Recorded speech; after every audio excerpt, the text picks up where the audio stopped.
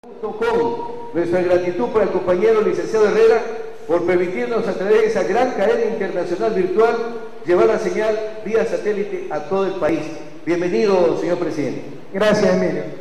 Bienvenidos a todos, a todas los presentes y un gran abrazo a través de la radio a todo el Ecuador y a todos los ecuatorianos, porque esta cadena, esta intervención, queridos amigos y amigas, llega a todas partes del mundo gracias a repetidoras como las que ha nombrado Emilio, gracias a la tecnología de internet, etc. Quiero decirles que estamos muy felices. Estamos transmitiendo de Zamora. Fíjense cómo cambia el país. ¿Cuándo un presidente había venido a Zamora? Yo en 2 meses he venido 9 veces. ¿Cuándo un presidente se había quedado? Perdón, en 9 meses he venido 2 veces, ¿no? Eso dije. ¿Cuándo un presidente se ha quedado a dormir en Zamora? Nunca. Y ahora tenemos a presidente, vicepresidente, ministros, secretarios, altos funcionarios del Estado trabajando desde el día de ayer por Zamora Chinchipe, por la patria entera. Así está cambiando el país. Ahora, también quiero decirles que los que no han visitado Zamora se han perdido algo extraordinario. En general, la provincia. Yo me trasladé en avión hasta Gualaquiza, donde tenemos una base militar con pista aérea. Gualaquiza es otra maravilla. Y vía helicóptero vine acá hasta Zamora. Créanme que el paisaje es espectacular, es una maravilla. Entonces todos a conocer y amar profundamente nuestra patria. Que sea una vergüenza por ahí que alguien diga, conozco Miami, conozco Disney World, y no conozca, por ejemplo, Zamora, no conozca el Parque Nacional del Cotopaxi, no conozca las playas de Mompiche, no conozca el Quilotoa, no conozca tantas bellezas naturales que tiene nuestro país, no conozca a su gente, que tal vez es la mayor belleza de todas. Entonces estamos muy felices de estar este día aquí desde la entrañable provincia de Zamora Chinchipe y su hermosísima capital, la ciudad de Zamora. Y de aquí un abrazo a todos los ecuatorianos. Quiero decirle que con Zamora Chinchipe todos los ecuatorianos van a estar sumamente agradecidos. Han sido los centinelas, los guardianes de nuestra soberanía. En el conflicto del 81, ¿verdad? Paquilla, Mayay, Kumashinaza, ahí pelearon muchos shuar, que son 13-17% de la población total de esta provincia. También existen saraguros. Atun saludame, Mashi, Kausangichichu, Mashikuna, Atun saludame, Anishamushka. Y por supuesto existen mestizos. En todo caso, muchos de los shuar pelearon en la frontera en el 81. Así que tenemos que estar muy agradecidos todos los ecuatorianos con Zamora Chinchipe, con cada uno de sus cantones. Zamora, Yanzasa, Chinchipe, Palanda, El Pangui, Yacuambi, Longaritza, Centinela del Cóndor, Paquilla. Venimos a una reunión con los alcaldes, todos ellos muy preocupados por sus comunidades, viendo cómo se sacan las cosas adelante, ¿no? Ya no tienen que viajar hasta Quito, hacer colas enormes para hablar con un ministro, sino que fíjense lo que es la revolución ciudadana. Fíjense lo que es el socialismo del siglo XXI, el gobierno viene acá y ahí tienen a todos los ministros para decir, señores, ustedes no están cumpliendo, señores, necesitamos esto, etc. Es el trabajo del gobierno central con los gobiernos locales. Por ejemplo, nos informaron que ya, nos habían dicho ayer en el gabinete, que la vía Loja-Zamora no está marchando a la velocidad que debe. Les pedimos 1000 disculpas por eso. Algunas veces a uno lo impresiona, ¿no? Yo pasé por esa vía hace algunas semanas y sí había volquetas, tractores, etcétera, campamentos. Parece que me fui y se fueron el resto también. Entonces ya vamos a tomar cartas en el asunto, les pido disculpas por eso, pero para eso son estas clases de reuniones, para que nos cuestionen, para que nos digan, ahí no está funcionando la cosa, necesitamos esto, coordinemos esto, pensemos juntos esto. No vamos a tener respuesta para todo, pero deben tener la certeza, y la tienen los alcaldes, prefectos, etcétera, que sinceramente vamos a buscar esa respuesta, que juntos las vamos a buscar y juntos seguramente las vamos a encontrar para sacar a cada comunidad, a cada cantón, a cada provincia de la patria adelante, porque sepan que desde enero 15 del 2007 la patria ya es de todos. Bienvenidos, compañeros, y un gran abrazo a todos los zamoranos chinchipenses, y un gran agradecimiento por tantos sacrificios que han hecho en favor de la patria. Empezamos informándole que hemos hecho esta semana. Recuerden, yo soy el mandatario, ustedes los mandantes, yo soy el servidor, ustedes los jefes. Tienen que saber lo que está haciendo su mandatario. El domingo 21 de octubre, bueno, el sábado 20 transmitimos la cadena desde Murcia. Nosotros iniciamos el día jueves pasado un viaje a Europa. El objetivo fundamental era la Cumbre de la Paz en Nápoles, organizada por la comunidad de San Egidio, una comunidad muy conocida a nivel mundial de católicos, laicos, pero por ejemplo que lograron la paz en Mozambique. Además, esta es la 21ª Cumbre de la Paz, se inició en San Francisco de Asís con Juan Pablo II. Ya voy a dar más detalles al respecto. En todo caso, empezamos el día del jueves, pero siempre aprovechamos para pasar visitando a nuestros hermanos migrantes. Así que la primera escala que hicimos fue en Madrid, de ahí a Lorca y Murcia, a visitar a nuestros compañeros y compañeras que por ese éxodo forzoso, por esa tragedia nacional llamada migración, no viven en su patria, sino que viven en suelo ajeno. Desde aquí, un gran abrazo a todos nuestros migrantes. Entonces, el sábado 20 de octubre emitimos la cadena desde España y estábamos visitando Lorca y Murcia. Nos fue extraordinariamente bien y lo más emocionante es encontrarse con nuestros hermanos allá, muchos de los cuales han sido amigos que hemos conocido en el país y han tenido que emigrar. El día domingo 21 de octubre, entonces nos trasladamos a Italia.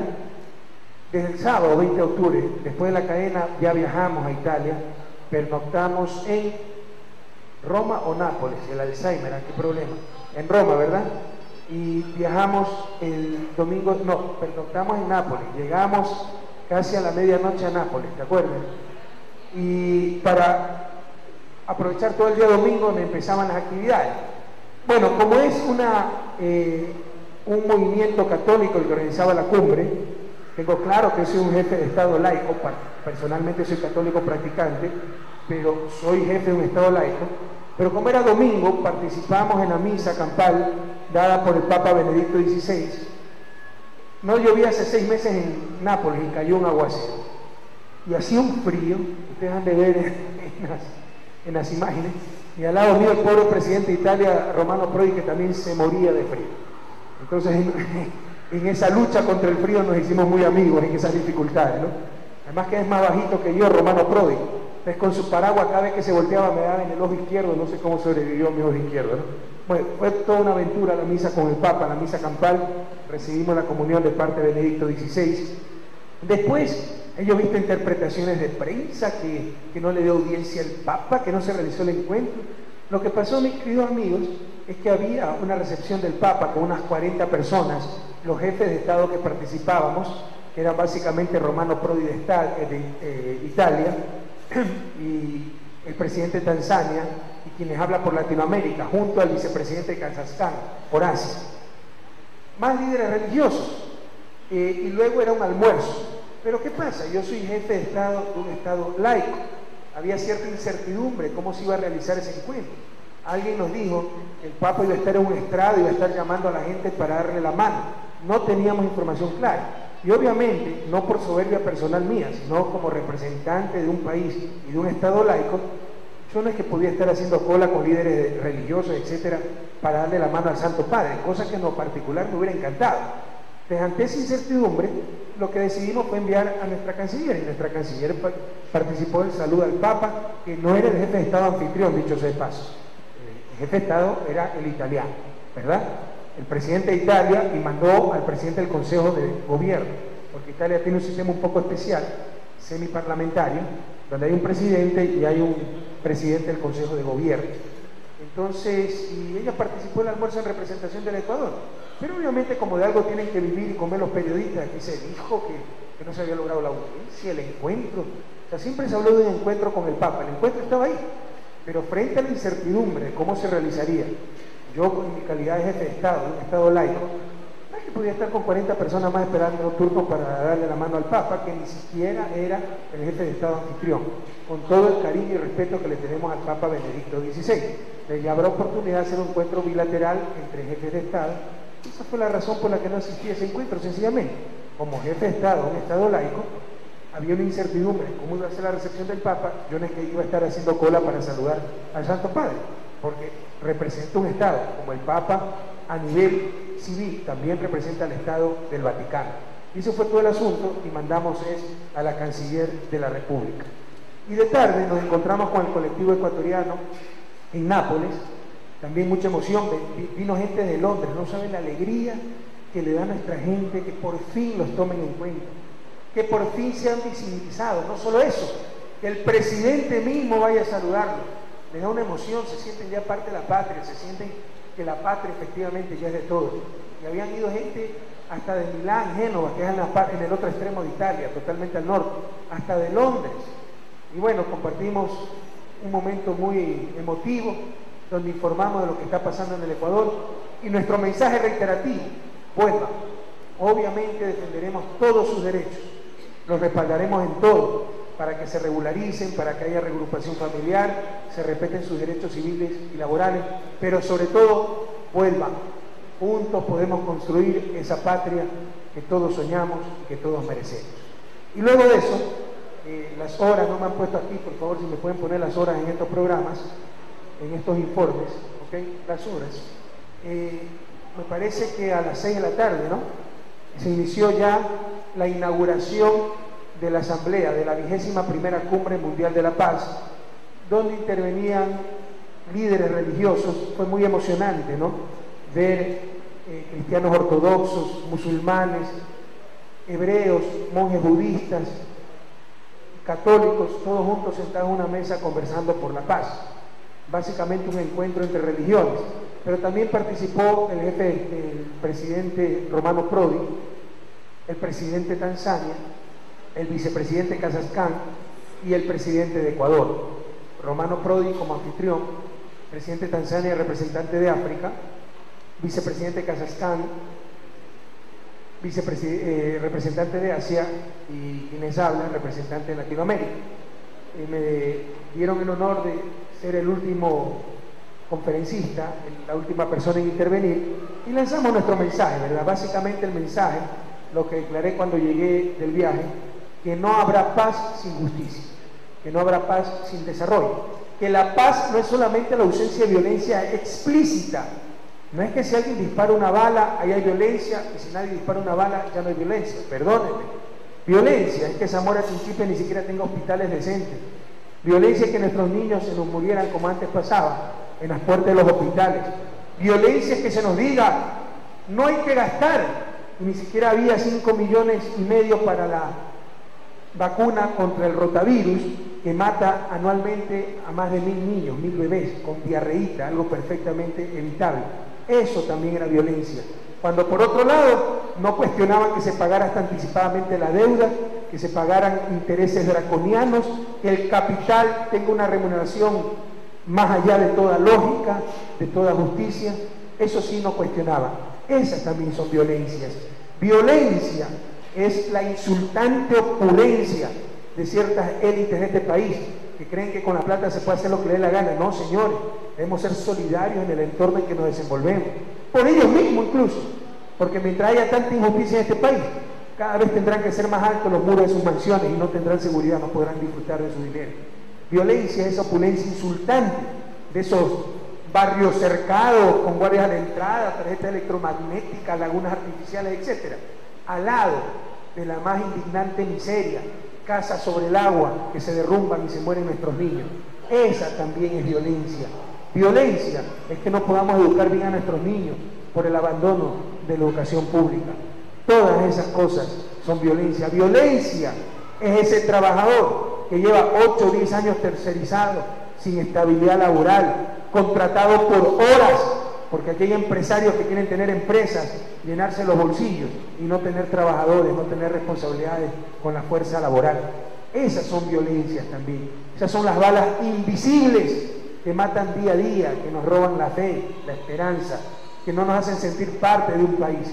En consecuencia, compañeros, no nos engañemos. Paz no es solo que no haya guerra. Paz es justicia, desarrollo, equidad, dignidad. Y ese fue nuestro mensaje, que no son cosas nuevas. Paulo VI, ya hace 30 años, en una encíclicas son las cartas, los pensamientos que elaboran los papas sobre ciertos tópicos, y si son tópicos sociales, eso forma parte de lo que se llama la doctrina social de la Iglesia. Y quiero decirles que como católico practicante, gran parte de mi pensamiento económico y social se basa en la doctrina social de la Iglesia, que ya tiene más de un siglo, porque empezó allá con León XIII, en la encíclica Rerum Novarum, que hablaba de la cuestión obrera, la explotación laboral. Lean esa encíclica como que se estuviera hablando hoy día el Papa León XIII sobre la explotación laboral, el capitalismo salvaje, etc. De Pablo VI, hace ya más de 30 años de ser, un poquito menos tal vez de 30 años, hablaba de que el nuevo nombre, el desarrollo es el nuevo nombre de la paz. El desarrollo es el nuevo nombre de la paz. Nosotros podríamos agregar el desarrollo sustentable con justicia y dignidad es el nuevo nombre de la paz. Porque así estemos desarrollados, mientras haya grandes injusticias y grandes inequidades, no habrá paz. Así estemos desarrollados, si no hay dignidad, si somos un país de esclavos, con la panza llena, salud y educación, pero sin libertad, no habrá paz. Así estemos desarrollados, pero estemos matando al planeta con la contaminación, etcétera, en ese terrorismo ambiental, que no se lo denuncia con suficiente fuerza, no habrá paz. Entonces se trata ahora de que el nuevo nombre de la paz es el desarrollo sustentable con justicia y dignidad. Y también hablamos de la doble moral, de la inconsistencia de la globalización llevada adelante por naciones supuestamente cristianas y hoy desarrolladas. ¿Cómo entender que el capital se pueda mover por cualquier rincón del mundo con cada vez menos costos y más rápidamente para buscar la máxima rentabilidad, pero las mismas naciones que promueven aquello, esa tan cacareada globalización, cada vez ponen más obstáculos, penalizan y criminalizan cada día más que los seres humanos se muevan libremente por cualquier rincón del planeta para buscar un trabajo digno? Eso es insostenible éticamente y es una paradoja inmoral que eso venga sobre todo de naciones desarrolladas, muchas veces gracias a la expoliación de nuestros pueblos, de nuestra tierra, de nuestra riqueza, y naciones supuestamente cristianas. Si ustedes quieren, el signo más claro de cristiano es compartir el pan. Si ustedes leen el Evangelio, perdónenme, ustedes saben que soy un poco curuchupa, no quiero mezclar religión con el estado laico al que represento, pero estábamos en un foro, sobre todo originado por un movimiento católico. Entonces, por eso el mensaje fue mucho en clave de evangelio y en clave de fe. Si ustedes revisan el evangelio, ustedes ven que el signo más recurrente para reconocer a los cristianos es compartir el pan. Lo que hizo Jesús antes de despedirse de sus discípulos, antes de la crucifixión, fue, ¿se acuerdan de la última cena? Partir y compartir el pan. Cuando muere y resucita, acompaña a dos peregrinos, a los peregrinos de Maús, no se dan cuenta de quién era, hasta que se sentaron a comer y partió el pan. Al partir el pan lo reconocieron, dice el Evangelio, ¿verdad? Ese es el signo de los cristianos, compartir el pan. Y estas naciones que se llaman cristianas, que ya tienen la barriga llena, quieren acumular cada vez más y criminalizan y penalizan a los migrantes. ¡Qué vergüenza para Bélgica! Un mes presa una madre ecuatoriana con su hija de 11 años y están en proceso de expulsarla. ¡Qué vergüenza! ¿Cómo se puede justificar aquello del Evangelio? ¿Cómo se puede justificar aquello de su propia lógica de globalización y de mercado? El mercado dice, para ser eficiente, todo tiene que moverse libremente. Mercancías, capitales, y ellos nos quieren comer el cuento de que menos seres humanos. No, en la teoría del mercado los seres humanos también. Y eso aumentaría 14% del Producto Interno Bruto mundial, de acuerdo a algunos cálculos. Pero ¿qué pasa? Eso sí lo complica. Entonces no, solo que se muevan mercancías y capitales, pero a seres humanos, mete los precios si se atreven a venir a nuestras tierras. ¡Qué hipocresía! ¡Qué doble moral! Eso lo dijimos también en ese foro, compañeros. Les hablamos de la doble moral de la globalización y de la contradicción de que los países más desarrollados y supuestamente cristianos metan presos a seres humanos por el delito de no tener papeles, declaren que haya seres humanos ilegales. ¿Qué es eso? ¿Cómo puede ser un ser humano ilegal? Lo que hay es prácticas intolerables como el racismo, xenofobia, etc. Hablamos de la gran injusticia en América Latina. Somos el continente más cristiano del mundo en teoría, pero somos el continente más desigual del mundo también. Eso es incompatible. O somos cristianos y resolvemos la injusticia y la iniquidad, o mantenemos la injusticia y iniquidad pero no nos llamemos cristianos. Las dos cosas no son compatibles.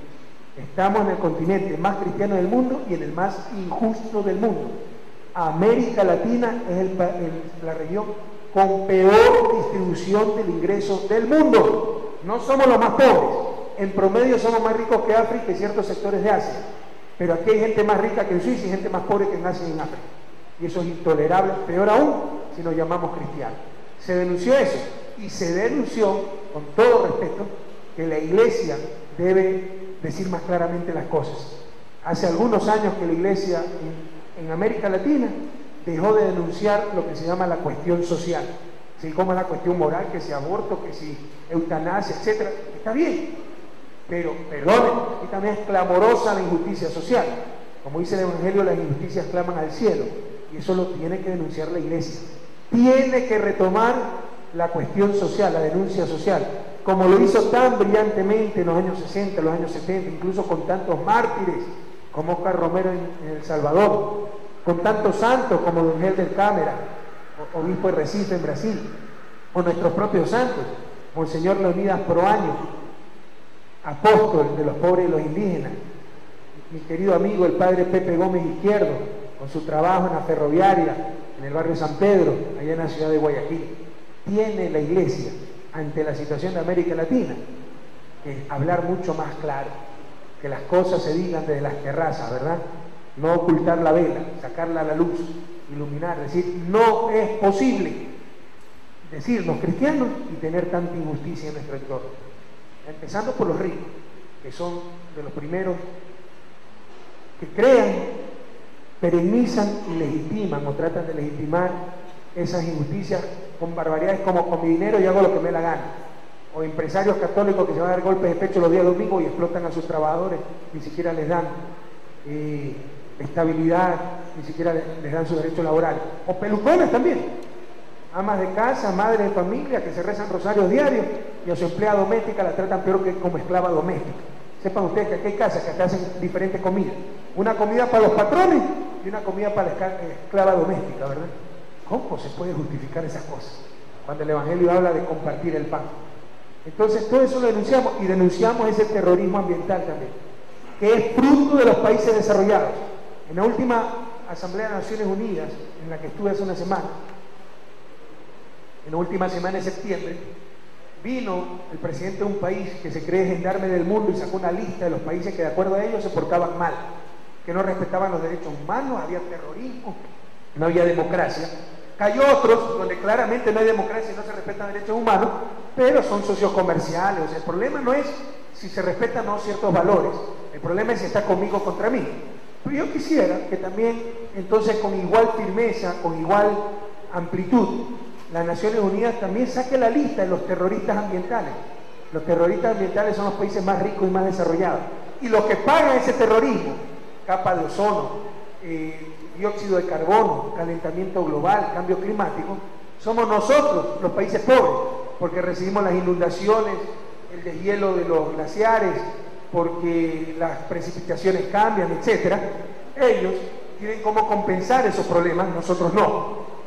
Tenemos sequía, después inundaciones, etc. Eso también hay que denunciarlo.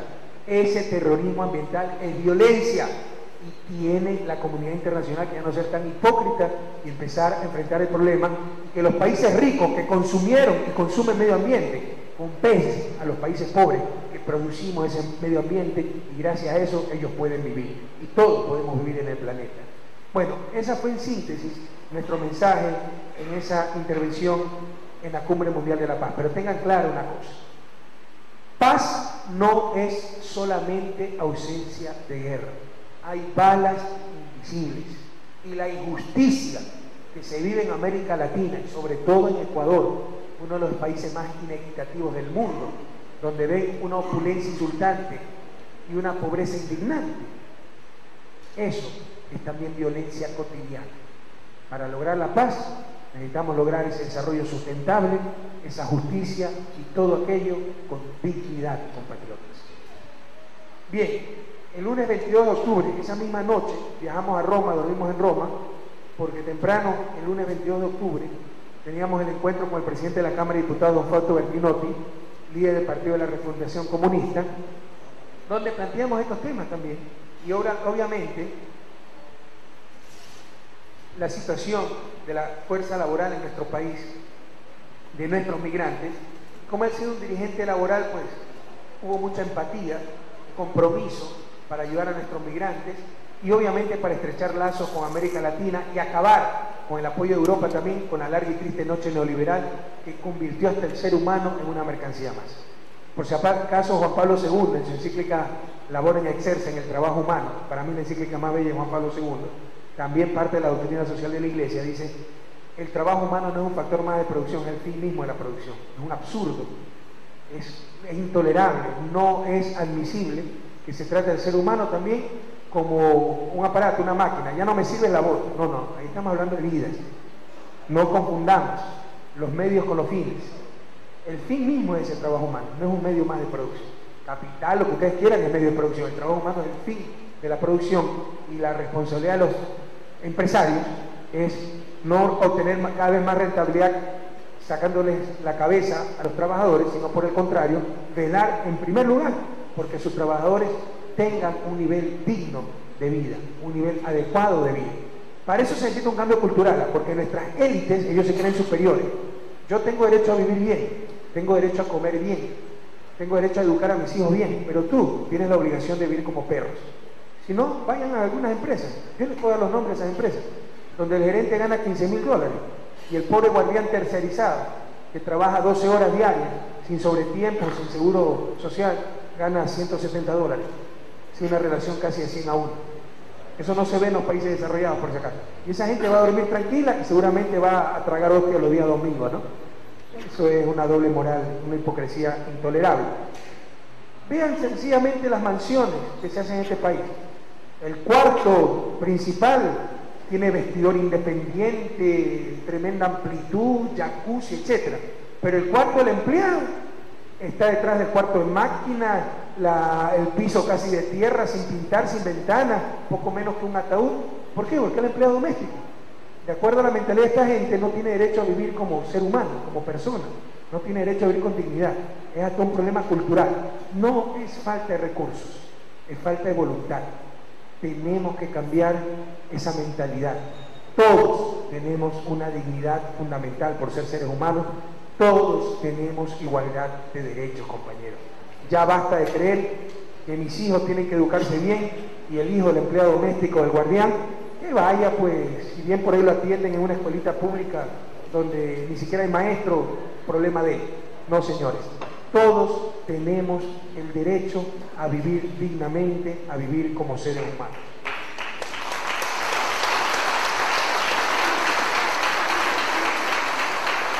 Y luego nos encontramos en Roma con el presidente del Consejo de Ministros, o sea, el presidente de la República.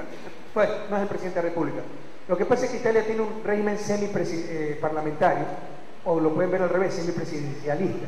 El presidente es el jefe de Estado. El presidente del Consejo de Ministros es el jefe de gobierno, efectivamente el que realiza la administración pública, lo que aquí sería el presidente de la República prácticamente. Pero en el caso de Ecuador, yo soy presidente, el presidente de la República, el presidente del gobierno y jefe de Estado. ¿De acuerdo? Pero donde ustedes más me ven es como presidente del gobierno. Aquí estamos, en acción de gobierno. El gabinete es una acción de gobierno. Bueno, allá eso lo hace Romano Prodi, pero hay un representante a nivel de Estado que es el presidente de la República de Italia. En todo caso, nos reunimos con el presidente del Consejo de Gobierno, con el cual nos entendimos muy bien, hay mucha empatía, comparte los mismos vicios y defectos que yo, porque también es economista y también era profesor de economía. Entonces, tenemos muchas coincidencias. Es un tipo socialdemócrata, ganó la centroizquierda en Italia y ve con mucha simpatía los procesos de América Latina, quieren acercarse a América Latina. Entonces pudimos adelantar muchas cosas. Se creó una comisión binacional para tratar el problema de nuestros migrantes, la regularización de los mismos y sobre todo la reagrupación familiar. Reagrupación familiar significa que la pareja que está viviendo 6, 7 años en Italia pueda traer a sus hijos, que no los ven hace años desde el Ecuador, ¿verdad? Estamos luchando por todo aquello. Ese tal vez es el dolor más grande para los migrantes, el costo más grande de migrar. No solo dejar su tierra, su cultura, su entorno, dejar a sus hijos. Eso nos está creando graves problemas sociales como suicidio de niños y adolescentes, y el gobierno nacional está dispuesto a enfrentar ese problema y dar todo el apoyo para la reagrupación familiar, pero sobre todo construir esa patria para todos y para todas, de donde nadie más tenga que salir y donde puedan volver los que un día salieron. Después de tarde, como ustedes ven, no paramos, regresamos a Nápoles, eso es un viaje de 2 horas. Créanme que se va a 170 por hora, es increíble esa autopista. A 170 por hora iban los carros. Y participamos entonces en el taller, que también me tocaba participar, con el Premio Nobel de la Paz, Adolfo Pérez Esquivel, moderado por Monseñor Roger Echegaray, al cual conocí hace unos 10 años cuando vino a la Semana Social aquí al Ecuador, que también me invitaron como panelista. Y esa mesa se llamaba Latinoamérica por un futuro sin violencia. Y básicamente repetimos la intervención del día anterior. No habrá paz sin justicia en Latinoamérica. Mientras continuemos con la injusticia que existe en Latinoamérica. Justicia como la que ustedes han vivido. ¿Quién se ha acordado de Zamora antes? Vayan a ver el estado del sistema de salud aquí en Zamora, en toda la Amazonía, el estado de la vialidad. Mientras no hay esa justicia, no podrá haber verdadera paz. Y bueno, les interesó mucho la intervención y hubo muchas preguntas. La gente está muy interesada allá en Europa por los procesos que vive América Latina y sobre todo por el proceso que vive Ecuador con su revolución ciudadana o el socialismo del siglo XXI. Esa misma noche volvimos a Roma, donde para variar pues la alegría de nuestros compañeros ecuatorianos nos esperaban con tremenda cena. Créanme que hemos comido, la comida italiana es riquísima, incluso con un grupo folclórico ecuatoriano la pasamos muy bonito, pero hasta altas horas de la noche y la madrugada, ya vamos a salir tuberculosos. El martes 23 emprendimos viaje de regreso, pero fíjense cómo es nuestra manera de trabajar, no perdemos un segundo. Nos enteramos ese día de la agresión a nuestra compatriota por parte de un xenófobo, racista, xenófobo, en Barcelona. E inmediatamente dispusimos que se quede la canciller y que vaya a Barcelona para darle todo el respaldo, contratación de asistencia legal, etc. Yo mismo ese rato me comuniqué con la familia y le dimos todo el respaldo del gobierno ecuatoriano. Quiero dejar en claro una cosa, cuidado, la gente española es extraordinaria, nos ha abierto los brazos, en la mayoría de los casos nuestros migrantes son muy bien tratados. El alcalde Lorca, yo lo informé desde Murcia, desde la cadena radial, qué manera de preocuparse por nuestros migrantes, lo mismo en Murcia. O sea, este tipo, este pobre chico desadaptado, no representa en absoluto a la sociedad española. De todos modos le hemos pedido al gobierno español, que tampoco cabe un reclamo diplomático, ni mucho menos. O sea, más tarde aquí un asaltante desadaptado agrede a una pareja de españoles, no es que me va a reclamar a mí el gobierno. O sea, ¿quién puede controlar esas cosas? Sabemos que no depende esto del gobierno, sabemos la calidad humana de los españoles y españolas, pero sí le hemos pedido que vele para que se cumpla la justicia, este señor tenga su sanción, para que no ande libre y sea un peligro, sobre todo que tome retaliaciones con esta familia ecuatoriana. En todo caso, este pobre hombre, ¿cómo se llama? Sergi Javier, ¿qué más? No hay que tenerle rabia, hay que tenerle pena, ¿no? Hay gente que ha sufrido mucho, él mismo fue, me parece, de acuerdo a las reseñas de prensa, su padre alcohólico, perdió a su madre, se está criando con su abuela enferma. Entonces, no hay que tenerle pena, no hay que tenerle rabia, hay que tenerle pena, es alguien enfermo, y no solo eso, lo invitamos a que venga al Ecuador para demostrarle lo que es querer, para demostrarle lo que es ser solidario, para demostrarle lo que es saber convivir. Estamos dispuestos a ayudarlo a superar su problema.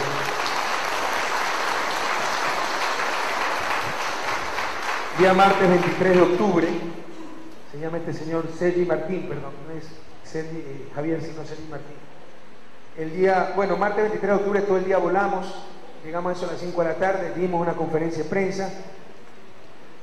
Parece que, ya me referiré a eso más adelante, pero parece que en Murcia mencioné, cuando informaba sobre lo que habíamos tratado en el COSENA, mencioné que estábamos evaluando las concesiones aeroportuarias, 500 millones de dólares, 560 millones de dólares en activos para Quito y Guayaquil, y el gobierno central no recibe 2 reales. Y parece que se armó un escándalo, por eso lo vengo diciendo en la campaña. Cuando llegué me hicieron esa pregunta, ratifiqué, esto es un asalto porque el gobierno no recibe 2 reales.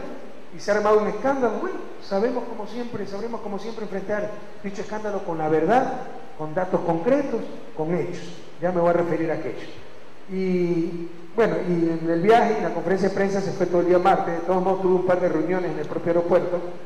El día miércoles 24 de octubre tuvimos en Puembo el taller sobre los recursos hídricos, cómo organizar los recursos hídricos.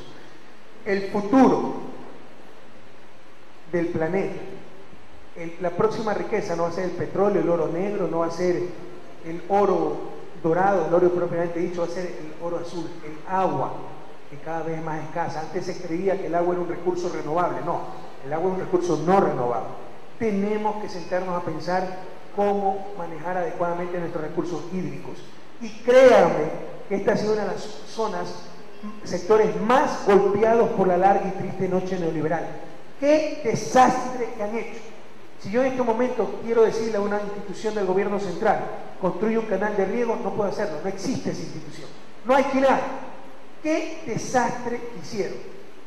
Y vinieron los consultores del Banco Mundial, un proyecto todo para privatizar, para descentralizar, pero desde una lógica neoliberal, para tener pequeñitos estados, no una coordinación nacional, ¿verdad? Más encima, nos cobraron 20 millones de dólares que todavía estamos pagando. Ya le mandé al Ministerio de Economía a revisar ese crédito, porque por ese desastre no tenemos que pagar 2 reales. Por el contrario, tendrían que pagarlo. Esa es parte de las deudas ilegítimas, las deudas contraídas con esta burocracia internacional, incompetente, inepta, que más encima tenemos que pagarle por el desastre que hicieron. Destrozaron todo. Antes teníamos IEOS, INERI, Instituto Nacional de Recursos Hídricos, todo lo destrozaron. Redujeron todo eso a un Consejo de Recursos Hídricos que hasta lo sacaron del edificio del INERI y lo mandaron a un rinconcito en el edificio del Ministerio de Agricultura. Y el edificio del INERI se lo den como dato al INEC y a la Comisión de Energía Atómica. ¿Quién entiende este desbarajuste? ¿Quién entiende esta barbaridad? No había quien administre cuencas, no había quien tome técnicamente. Cuidado, que el agua tiene múltiples usos. Por ejemplo, para saneamiento, para infraestructura sanitaria, el agua potable, ¿verdad? Para industria, para hidroeléctricas, para riego, pero todo eso debe ser manejado técnicamente. O sea, hay una cuenca, por ejemplo la cuenca de Zamora, ¿ya?, que tiene una capacidad de caudal. Si alguien dice voy a poner un canal que va a coger tanto caudal, a las finales esa cuenca no tiene capacidad para ese canal. Todo eso hay que saberlo administrar, planificar. No había nada, era un desastre. No había reforestación en las riberas para evitar que se sedimenten los ríos. No había absolutamente nada. Estamos reconstruyendo esa institucionalidad. Vamos a hacer un verdadero Consejo de Recursos Hídricos donde participen todos los involucrados: ambiente, industrias, agricultura, por ejemplo, industria para industria del agua, agricultura para riego, Midubi para agua potable, para que se cuide, por ejemplo, que no se boten las aguas servidas en los ríos, purificar nuestros ríos. Todo eso hay que reconstruir. Vamos a hacer ese Consejo de Recursos Hídricos con una Secretaría Nacional que sea la encargada de controlar, planificar, asignar, porque hay que dar permisos, concesiones, etcétera, que se han dado a tontas y a locas sin estudios técnicos.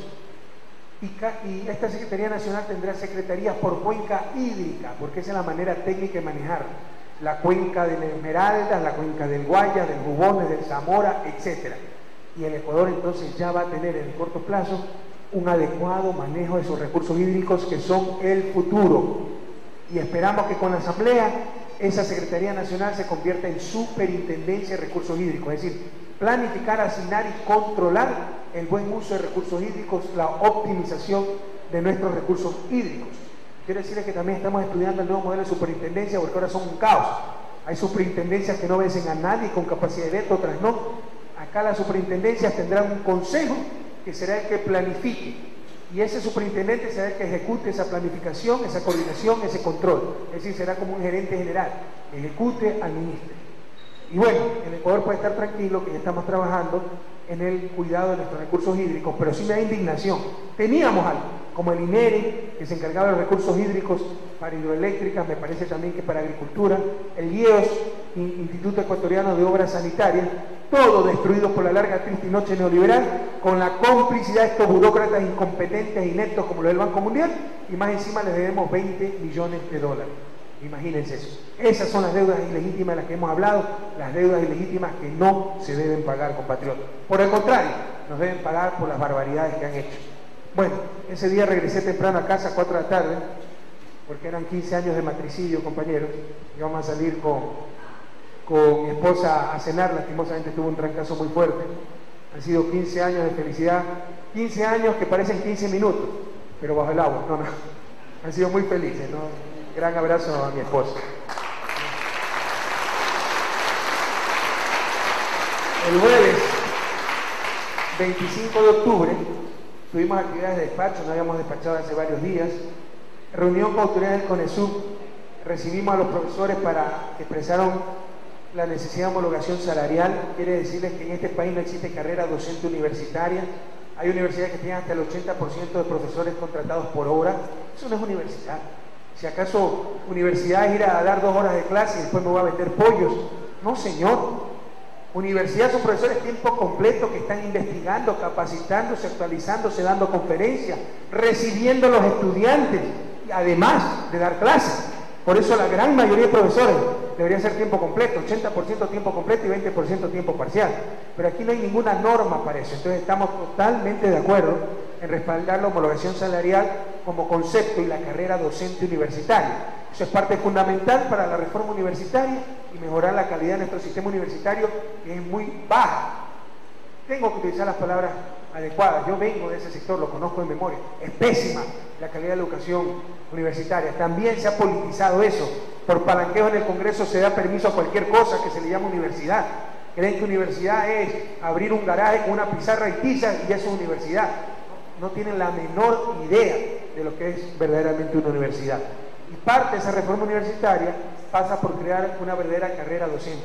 Estamos totalmente de acuerdo con el concepto, no necesariamente con el proyecto, el cual tenemos que estudiarlo, porque entre otras cosas implicaría un incremento de 180 millones de dólares en salario, y eso el país no lo puede soportar. Además que hay que pedir cuentas, no hay evaluación de profesores docentes, no hay exigencias en publicaciones, no hay capacitación, se les ha exigido títulos de tercer nivel, perdón, de cuarto nivel, maestría, doctorado.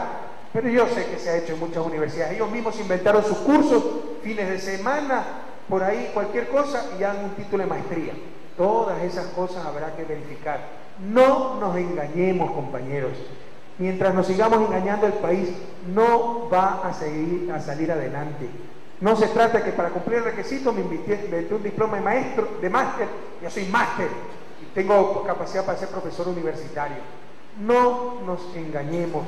La verdad nos hará libres. Tratémonos durísimo, seamos totalmente autocríticos. Muchos de esos cursos no tienen el nivel académico adecuado, muchos de esos diplomas no sirven para nada. Habrá que evaluar a los profesores universitarios si quieren esta homologación salarial y esta carrera docente. Y recuerden, universidad es excelencia. Lo peor que le puede pasar a nuestra sociedad es que seamos dominados por los mediocres. No, como yo no me aceptaron a la universidad, eliminemos examen de ingreso. Como el diploma está muy difícil, votemos al profesor que nos exige. ¿Me explico? No podemos aceptar esas cosas. No podemos ser rehenes de la mediocridad. Eso contentará a los mediocres en el corto plazo, dándoles un diploma que no sirve para nada, pero nos perjudicará a todos en el largo plazo, como ya nos ha perjudicado, porque esos diplomas en otros países no son reconocidos. Ni siquiera en el propio Ecuador por las empresas privadas son reconocidos. Entonces, no nos engañemos, universidad es excelencia. Y solo los que califican para poder seguir esa universidad deben entrar en ella. No es que es un derecho irrenunciable como educación básica. Perdón, solo los que tienen aptitudes para eso. No todo el mundo nació para todas las cosas. O sea, ustedes saben cómo canto horroroso, ¿verdad? Para la música nací medio sordo de un oído y sordo y medio del otro. Pero me encanta cantar. Después ir a practicar todos los días al coro nacional, pero seguramente el director del coro me dará el premio a la constancia, a la puntualidad, a la asistencia, pero no me meterá en el coro porque canto horrible. ¿Sí o no? Entonces, señores, si alguien no tiene aptitudes para la vida académica, podrá asistir todos los días a clase, le damos el diploma de constancia, etcétera, pero no le podemos dar el diploma de ingeniero, de abogado, etcétera, si no cumplió con los requisitos académicos para aquello. E incluso no podría entrar a la universidad si no tiene los requisitos mínimos académicos. La gente ha tenido miedo de hablar estas cosas, porque de repente teníamos en las calles bloqueadas, defensa universidad, somos autónomos, nadie se tiene que meter. Felizmente esa mentalidad está cambiando y tenemos un gran respaldo de universidad y gran simpatía con la Universidad Ecuatoriana. Pero es hora de hablar descarnadamente estas cosas. Ecuador necesita una profunda reforma académica y universidad debe ser sinónimo de excelencia, empezando por los profesores. Así que mis queridos profesores universitarios, colegas, porque de eso viví los últimos 20 años de mi vida antes de meterme en este lío, ¿verdad? Todo el apoyo para homologación salarial todo el apoyo para la carrera docente, pero también toda la exigencia del mundo para lograr la excelencia, lo cual significa evaluaciones, verdadera capacitación, revisar los diplomas que se tienen, actualizarse, exigirles publicaciones, exigirles investigaciones de calidad, etcétera, compañeros. Bien, después tuvimos la visita protocolaria del presidente del Parlamento cubano, Ricardo Alarcón, que venía, ayer hubo una jornada de solidaridad con Cuba en Quito. Ojalá me pueda reunir con Tomás Borges también, que está presente en Ecuador, comandante sandinista en Nicaragua, una personalidad increíble. Reunión con autoridades energéticas para tratar sobre el precio de los combustibles. Sepan ustedes, cuidado, por ahí puede haber un mala fe que dice que vamos a elevar los combustibles. No, no se van a elevar los combustibles. Lo que pasa es que por ley yo tengo que poner el precio de los combustibles. Y resulta que hay 13 combustibles. Fui hoy, fui jet, fui ni sé cuánto, que spray ni sé cuánto. Y no sé ni qué rayos significan. ¿Cómo puedo hacer eso? Y no había nada institucionalizado. Le preguntamos a Petroecuador, oiga, ¿ustedes tienen que asesorar al presidente en los precios de combustible? No, no, le toca a Economía. Economía no le toca a Petroecuador. Es decir, tirarse la pelotita como siempre. Ya estamos racionalizando todo eso y ya estamos, sepan ustedes que por ejemplo Ecuador subsidiaba hasta las aerolíneas internacionales con combustible. Esas cosas hay que corregir. Ya estamos revisando todo aquello.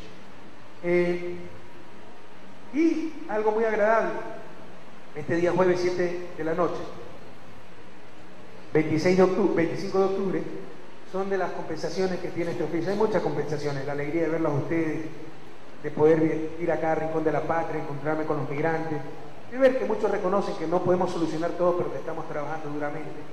Antes, yo recuerdo, yo era ministro de Economía, se tenía una reunión con los alcaldes y empezaban, y exigimos y denunciamos y no nos han cumplido.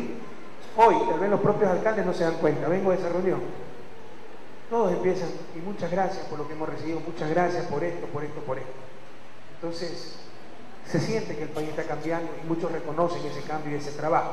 Hay mucha satisfacción, pero esta fue otra de las satisfacciones también grandes de este oficio, ¿no? A las 7 de la noche le dimos la condecoración a esa cantante, esa militante, a esa mujer tan comprometida con la liberación de nuestros pueblos, la querida Mercedes Sosa. Entonces fue algo muy satisfactorio. Luego tuvimos un cóctel en donde hubo un grupo, si me abrimos el nombre del grupo, que fue maravilloso, pero también somos amigos de los miembros de Pueblo Nuevo, todo Pueblo Nuevo ahí, acabamos en tremenda peña. Yo me tuve que ir 10:30 de la noche, ¿no? Pero acá Julia se quedó farreando hasta más tarde. Con Pueblo Nuevo, fíjense cómo he avanzado en estatus, ¿ah? Porque antes Máximo farreaba con Lagartero, ahora farreo con Pueblo Nuevo. Entonces, bueno, la pasamos muy bien y sobre todo la satisfacción de haber dado un justo reconocimiento a esta mujer que es de toda Latinoamérica, la negra Mercedes Sosa.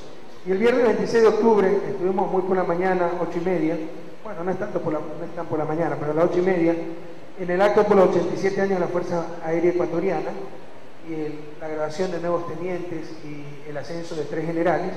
Fue una ceremonia muy, muy hermosa y participamos pues con suma alegría en ese encuentro. También fue un día grandioso, fue muy bonita la ceremonia. Felicitaciones a todos los miembros de la FAI, nos sentimos orgullosos de ellos. Créanme que hacen poquito, que hacen muchísimo con poquito, y debemos, o sea, cuidado, tenemos las prioridades muy claras, ¿no? Primero educación, salud, etcétera, pero lo que tenemos, el armamento que tenemos debe estar en óptimas condiciones, y no está. Ecuador no es guerrerista, jamás iniciaremos una agresión, pero cuidado, a alguien se le ocurre confundir eso con debilidad. Cuidado, a un irracional aventurero se le ocurre poner medio pie en nuestro suelo sin permiso nuestro. Sabrán tener la respuesta correspondiente, y para eso necesitamos unas Fuerzas Armadas en adecuada situación. Las tenemos, hacen maravillas con lo poco que tienen, pero se requiere más apoyo. Sobre todo, lo que ya tenemos que funcione óptimamente. Entonces, vamos a ver cómo respaldamos esa optimización de lo que se llama técnicamente mejorar la capacidad operativa de nuestras Fuerzas Armadas. Y bueno, después de la ceremonia en la FAE, vinimos hasta Zamora. Les insisto, el viaje fue avión Quito-Gualaquiza, helicóptero Gualaquiza-Zamora. ¿Qué paisaje más maravilloso, ¿no? Créanme que renueva el alma desde lo alto, ver la belleza de nuestro país. Yo creo que es el país más bello del mundo, ¿no? Una belleza increíble. Y qué diferencia, tenemos selvas, tenemos montañas, tenemos playas, las Galápagos, que nadie nos iguala. Hay otros países que tienen playas tan bellas como las nuestras, el Caribe, Hay otros países que tienen montañas tan bellas como nuestras, Chile. Hay otros países que tienen selvas tan bellas como las nuestras, Brasil. Pero solo nosotros tenemos esas playas, esas montañas, esas selvas en un paísito tan pequeño como el nuestro. Y más aún de Yapa, Galápagos. Es increíble la suerte que tenemos de vivir en un país como el nuestro. Sintámonos orgullosos y sintamos vergüenza cuando digamos conozco Miami, Disney World, Disneylandia y no conozco ni siquiera Zamora o el Parque Nacional de Cotopaxi, compatriotas. Hay que avergonzarse de eso. Bien, y entonces empezamos el gabinete itinerante en Zamora hasta las 8:30 de la noche, donde tuvimos un espectáculo musical cultural bellísimo. Felicitaciones a los organizadores, conjuntos realmente buenos de música, maravillosos, danza, swar, etcétera. Felicitaciones. Es increíble también descubrir el talento que existe en cada rincón de la patria, ¿no? En eso también somos muy ricos, tal vez más ricos que en paisaje, en riqueza humana. Créanme que los ecuatorianos, no voy a decir somos, porque yo sí soy brutísimo para la música y el arte, son muy talentosos, ¿no? Y en todo lado hay extraordinarios músicos, artistas, etcétera. Bien, sábado 27 de octubre, bueno, a las 6 de la mañana salimos a bicicletear, fuimos a desayunar aquí al mercado. Recibimos algunas quejas, sobre todo con Pacifitel, ya estamos haciendo el ajuste del caso, que no hay línea, que lo hacen esperar, etc. Lamentablemente la destrucción ha sido tal que hay que implementar sistemas, etc. Recién desde julio del próximo año, ya hablé con el presidente del Fondo de Solidaridad, podremos atender la demanda de líneas, pero ahí sí habrá líneas limitadamente y con mejor tecnología para que salga más barato, ¿no? Pero miren cómo se maltrata a los pobres. Por el mal funcionamiento de Pacifitel y el abandono de Zamora, hay cantones con 6 líneas, hay cantones sin líneas telefónicas, hay gente esperando 2 años línea. ¿Qué tienen que hacer? Recurrir a los celulares, que son 3 veces más caros.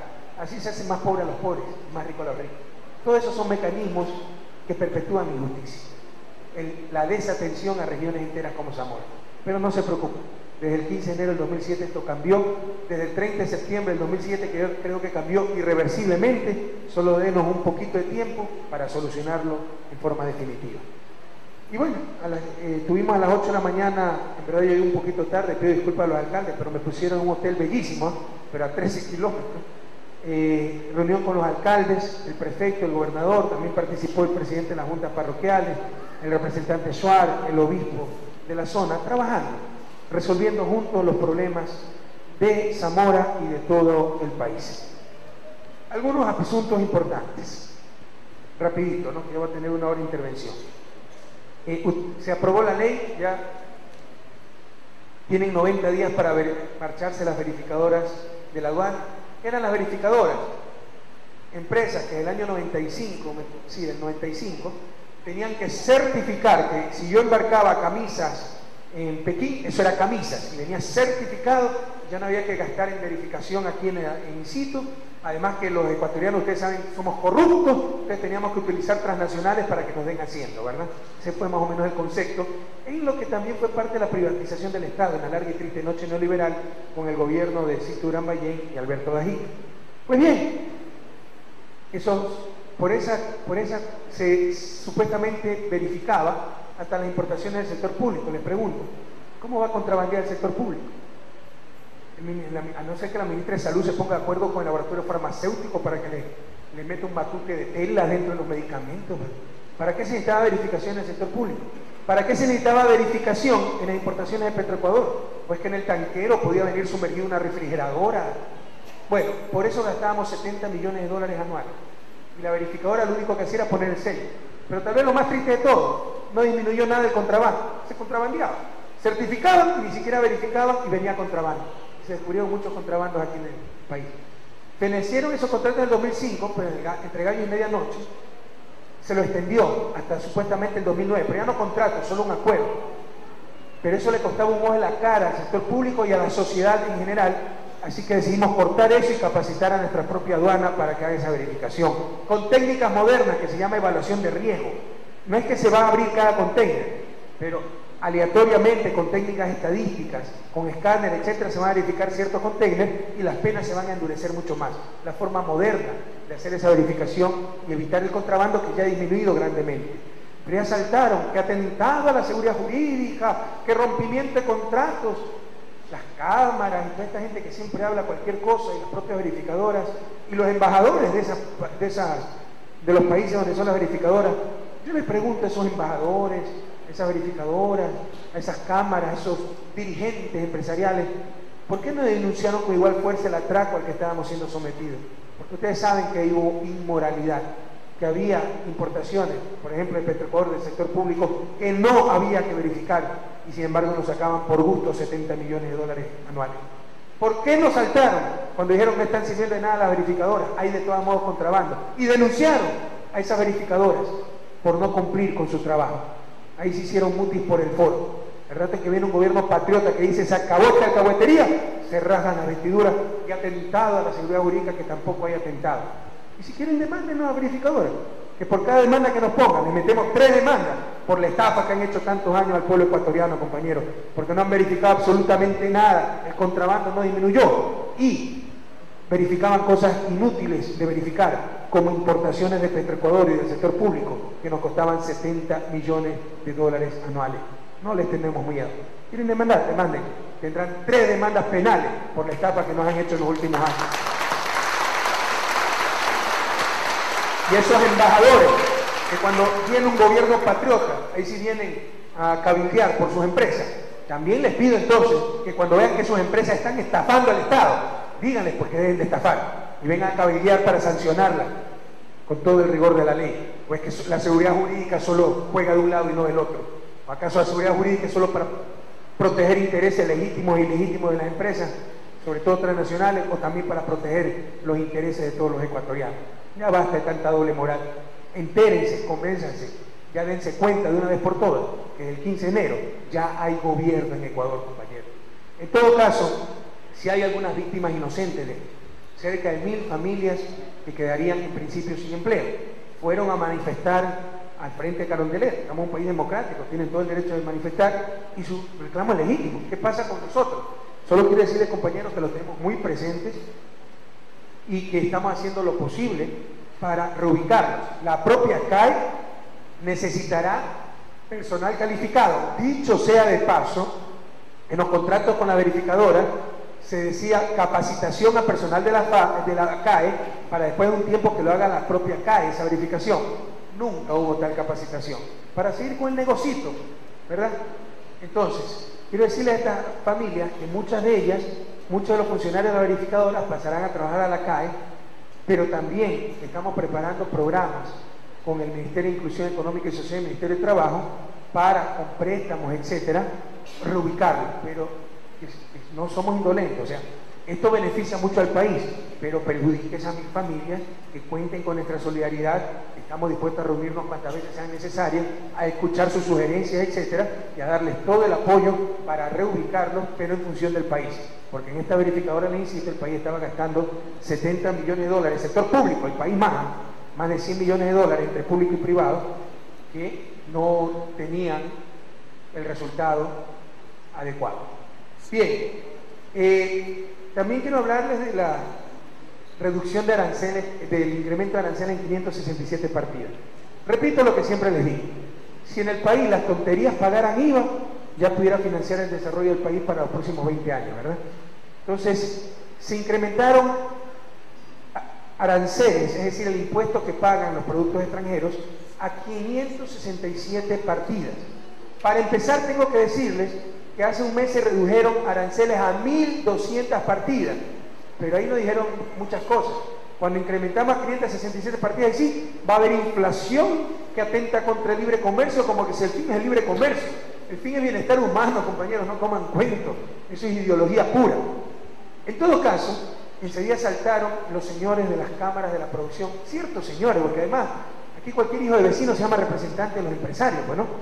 Por ahí hay un señor Donoso, y lo recuerdo, pero créanme que uno pasa vergüenza ajena cada vez que habla este pobre hombre, y dijo, entre otras cosas, que va a afectar la canasta familiar. Yo le pregunto, ¿es que el whisky es parte de la canasta familiar? Será parte de su canasta familiar, pero la canasta familiar de los pobres, el whisky, hasta donde yo sé, no es esa canasta básica, ¿verdad? De la gran mayoría tiene suntuarios, y la política y la filosofía son extremadamente claras. Lo dijimos en campaña y por eso votó el pueblo ecuatoriano. Si un grupúsculo totalmente minoritario, que con mucho poder, quiere imponer su agenda, que gane las elecciones. Pero señores, Este fue el proyecto nacional, el mandato que el pueblo ecuatoriano nos dio en las urnas el 26 de noviembre, porque esto fue lo que ofrecimos y nosotros no traicionamos la palabra. Dijimos, se acabó el boboaperturismo. Vamos, el principal deber de la política económica es proteger y promover la base productiva y el empleo nacional. Y eso es exactamente lo que vamos a hacer. ¿Cómo? Reduciendo aranceles a todo lo que es insumo de producción, bienes de producción, pero incrementando aranceles a todo lo que son suntuarios, bienes que se producen internamente, aún bienes que vienen de competencia desleal, como es todo lo que se importa de China, zapatos, ropa, que nos tiene inundado nuestro mercado y ha hecho quebrar muchas industrias de zapatos, la industria del cuero en Ambato, cerámica en Azuay, etc. Son países donde el salario es exactamente lo que haciendo. ¿Y qué vienen a decir estos señores? Que se afecta a la canasta básica, los 567 artículos, qué sé yo, 10 serán de la canasta básica. Indirectamente, zapatos, por ejemplo, vestidos, indumentaria es canasta básica, pero no quiere decir que no se va a poder comprar aquí en el país. Pero whisky es canasta básica.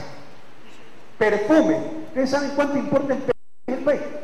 ¿Cómo es posible que desperdiciemos nuestra divisa? Esa divisa que no la generan los empresarios, dicho sea de paso, la consumen. ¿Ustedes saben quién es el principal generador? Con el petróleo, cerca de 5.000 millones de dólares, más tal vez este año, en exportaciones petroleras. ¿Saben quién es el segundo generador de divisas? Pero si no son los pelucones, no son estos señores que con tanta arrogancia nos quieren decir qué hacer o no hacer. Ese que no han ganado una elección ni en el Comité Padre de Familia de la escuela de sus hijos. ¿Saben quiénes son los segundos generadores de divisas de este país? Aquellos que con tanto sudor, con tanto riesgo, fueron a España, Italia, Bélgica, Estados Unidos, que con tanto esfuerzo en Murcia, en Lorca, en Barcelona, en Valencia, en Génova, en Milán, en Madrid, en New Jersey, en Nueva York, en Los Ángeles, en Miami, ganan unos cuantos dólares, unos cuantos euros y lo mandan a su tierra. Con eso comemos 1.700 millones el año pasado. Ellos son de divisas. En el banano agrícola, pero industria, por ejemplo, es mucho más lo que consume en divisas que lo que produce. La balanza industrial, balanza comercial industrial siempre ha sido tremendamente negativa, pero con qué arrogancia que hablan estos banqueros, la mandan afuera. Este país los mantienen los pobres. ¿Cómo quisiera que los migrantes tengan la voz que tienen y el espacio en los medios de comunicación que tienen estos pseudo representantes de los sectores productivos? Más una arrogancia, ¿no? Sectores productivos. ¿Quiénes son los sectores productivos? Industriales, ciertos agricultores, los grandes, ciertos comerciantes. Sector productivo no es el artesano, por ejemplo, para ellos. Sector productivo no es el microempresario. Sector productivo no es el pequeño agricultor. Sector productivo no somos los profesionales. O sea, ni siquiera, qué arrogancia, ellos son los productivos, nosotros no producimos nada, ¿verdad? Perdonen que me indigne, pero es que cómo me molesta la arrogancia y las barbaridades que habla esta gente, porque insisto, uno siente vergüenza ajena cuando los escucha hablar. Entonces, quiero decirles que esa política es muy clara. Quiero decirles que eso, por ejemplo, un dirigente empresarial, el señor Donoso dijo, esto atenta, toda traba al mercado es perjudicial. Cuando escuchen esas cosas, santígüense, porque eso es religión, no es ciencia. O sea, lo que quiere decir este señor es que hay que liberalizar todo. Eso es fundamentalismo neoliberal. No entendió este señor que eso ya fue derrotado en las urnas del año pasado. Que la larga y triste noche neoliberal se acabó en el Ecuador. Pero además no tiene ningún sentido ni técnico, ni histórico, ni nada. Es puro fundamentalismo ideológico. Pero eso lo quieren hacer pasar como técnica y como norma de conducta para todo gobierno. Olvídense, ya no gasten saliva. Aquí hay gente que sabe lo que es desarrollo, economistas expertos. No nos van a convencer con sus babosadas. En todo caso, ¿qué es lo que han sacado los periódicos? Se incrementaron los aranceles a los celulares. Sepan ustedes, señores, que a las llamadas de celular, que es el servicio, no se ha aumentado nada. Por el contrario, ya tienen ICE, lo cual es una barbaridad, y estamos buscando reducirlo en la reforma tributaria que estamos preparando. Reducir los impuestos para llamadas celulares. Pero ¿qué pasa?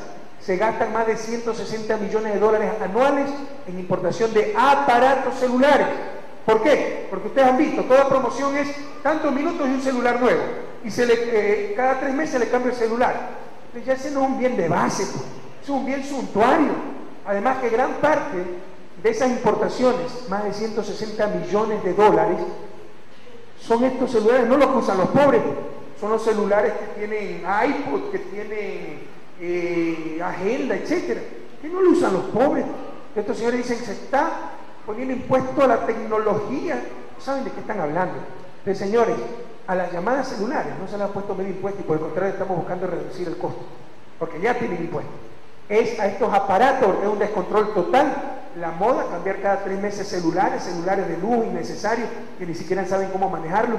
El país no puede desperdiciar divisas en whisky, en perfumes, en celulares de lujo, sobre todo para los ricos.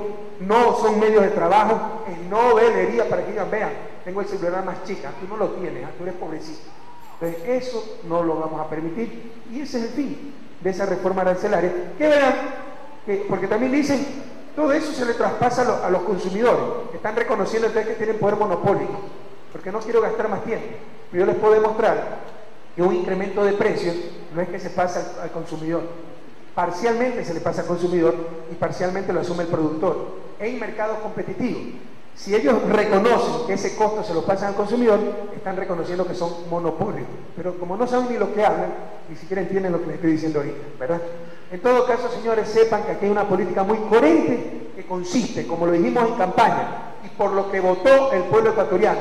No vamos a permitir nunca más que un grupo minúsculo, por poderoso que se crea, nos imponga la agenda, sino que sea el pueblo ecuatoriano el que nos la imponga. Dijimos, vamos a disminuir aranceles para insumos productivos y bienes de capital y así estimular la producción, y lo hicimos hace un mes con 1.200 partidas, y vamos a elevar, se lo dimos a los artesanos, a los microempresarios, los aranceles a esos bienes suntuarios, a esos bienes de consumo, sobre todo si se producen nacionalmente, y eso es precisamente lo que hemos hecho. No vamos a permitir que nuestro país inunde productos chinos, productos extranjeros y quiebren nuestras empresas locales. Principal deber de la política económica es promover y proteger la producción y el empleo nacional, y eso es precisamente lo que estamos haciendo, y tenga la seguridad del pueblo ecuatoriano, es precisamente lo que seguiremos haciendo, compatriotas. Donde sí hay problemas, por ejemplo, es que en el COMEX, el consejo que decide todo esto, Consejo de Comercio Exterior, prácticamente la mitad es sector privado, las cámaras de producción, cámaras de comercio. Esto es inconstitucional. Ese COMEX establece esto, las políticas públicas para aranceles, etcétera, y resulta que los beneficiados afectados están tomando esas decisiones. Revisen la Constitución, búsquenme si quieren el artículo y se los leo, que dice que no podrán ser parte de los órganos decidores de política y reguladores los afectados por esa política o los regulados. Es obvio, si son juez y par. Sin embargo, la mitad de ese COMEX casi es sector privado. Esas son las cosas que tendrá que cambiar la Asamblea Nacional Constituyente. Y esa fue parte de los intentos por privatizar hasta el Estado. Señores, en la confección, en la creación de políticas públicas, no pueden ser parte actores privados que son los beneficiarios o perjudicados de esa política pública. ¿En qué país del mundo se vive eso? Es un absurdo. Pero eso no dice. Eso no dice. Ojalá que escuche un dirigente empresarial diciendo, es inconstitucional que estemos en el COMEX y vámonos a la casa. Otro punto importante, ya me están retando, informar sobre entrega de licencia ambiental a Petrobras. Aquí también tenemos que tomar definiciones, compañeros. Ya tenemos protestas de ciertos grupos de ecologistas, que los respeto mucho, creo que son gente sincera, pero no quiere decir que estén en lo cierto. Por la licencia Petrobras, que en el Yasuní, etcétera. Sí, está en el Yasuní, como están muchas otras explotaciones petroleras.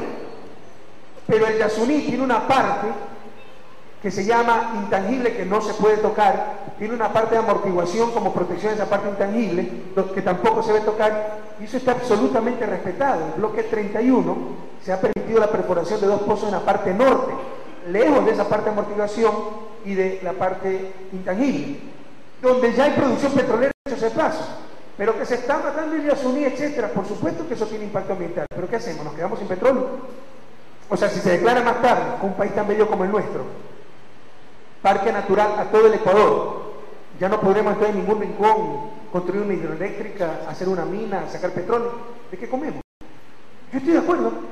Si me presentan la opción, no extraigamos petróleo y le digo a Petrobras muchas gracias, pero preséntenme pues esa opción. ¿Dónde está? Porque es muy fácil decir, no se dé más licencia, no se extraiga. Dicho sea de paso, este es un proceso que viene en el 95. En el 95 se adjudicaron estos bloques. El bloque 31 le tocó a Petrobras. La licencia ambiental ha demorado más de un año porque le hicieron cambiar el proyecto, medidas cautelares para los pueblos en alojamiento voluntario, una serie de restricciones. Es decir, se han tomado todas las precauciones, pero no los quiero engañar. Sacar petróleo siempre tiene un impacto ambiental. Entonces, esos grupos no quieren que se saque petróleo, maravilloso, denme la alternativa. Porque es con ese petróleo que podemos hacer la reconstrucción vial, reconstruir escuelas, construir hospitales, etcétera, ¿verdad?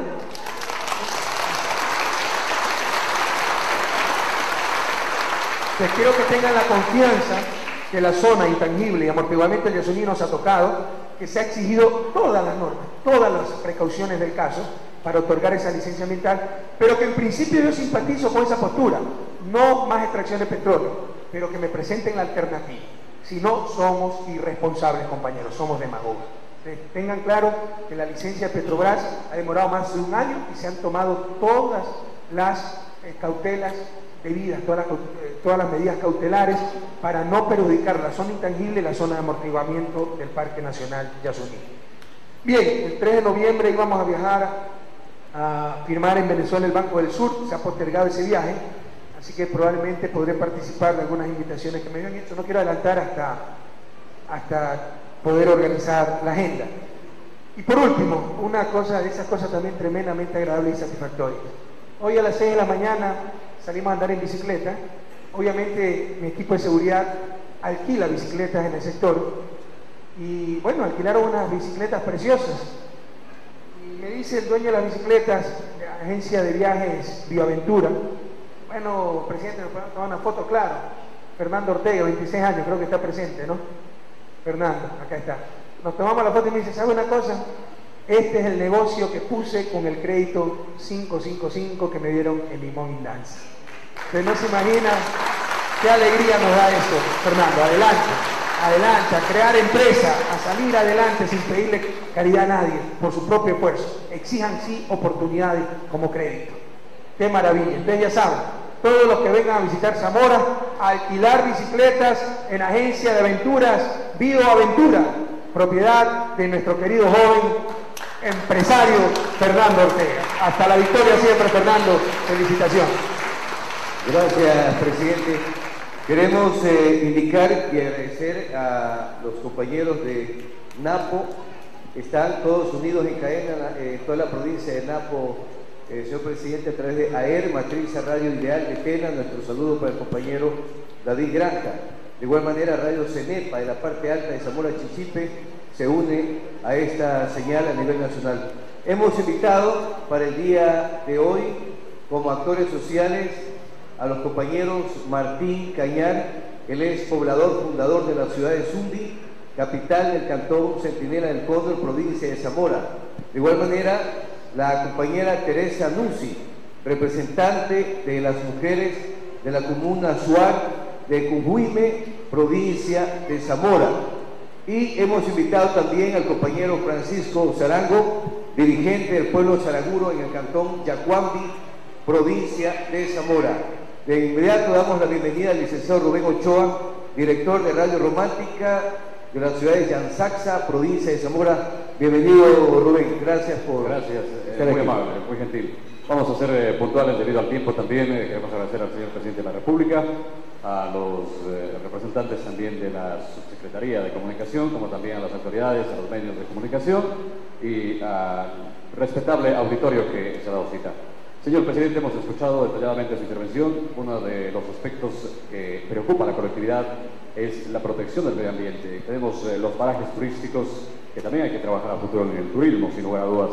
Pero dentro de lo que es el manejo mismo, el manejo que usted nos daba a conocer, el manejo técnico de los recursos ambientales, ¿para cuándo se tiene previsto ese trabajo mancomunado? ¿Se va a esperar de que se analice estos aspectos en la Asamblea? No te entiendo bien la pregunta. Ya existe un Ministerio de Ambiente que hace el manejo ambiental. Por supuesto, ahí hay problemas institucionales, competencias, etcétera, Por ejemplo, no nos está funcionando la forestación, hay que hacer una corporación para reforestar, que se reforesta con fines comerciales, lo del bosque,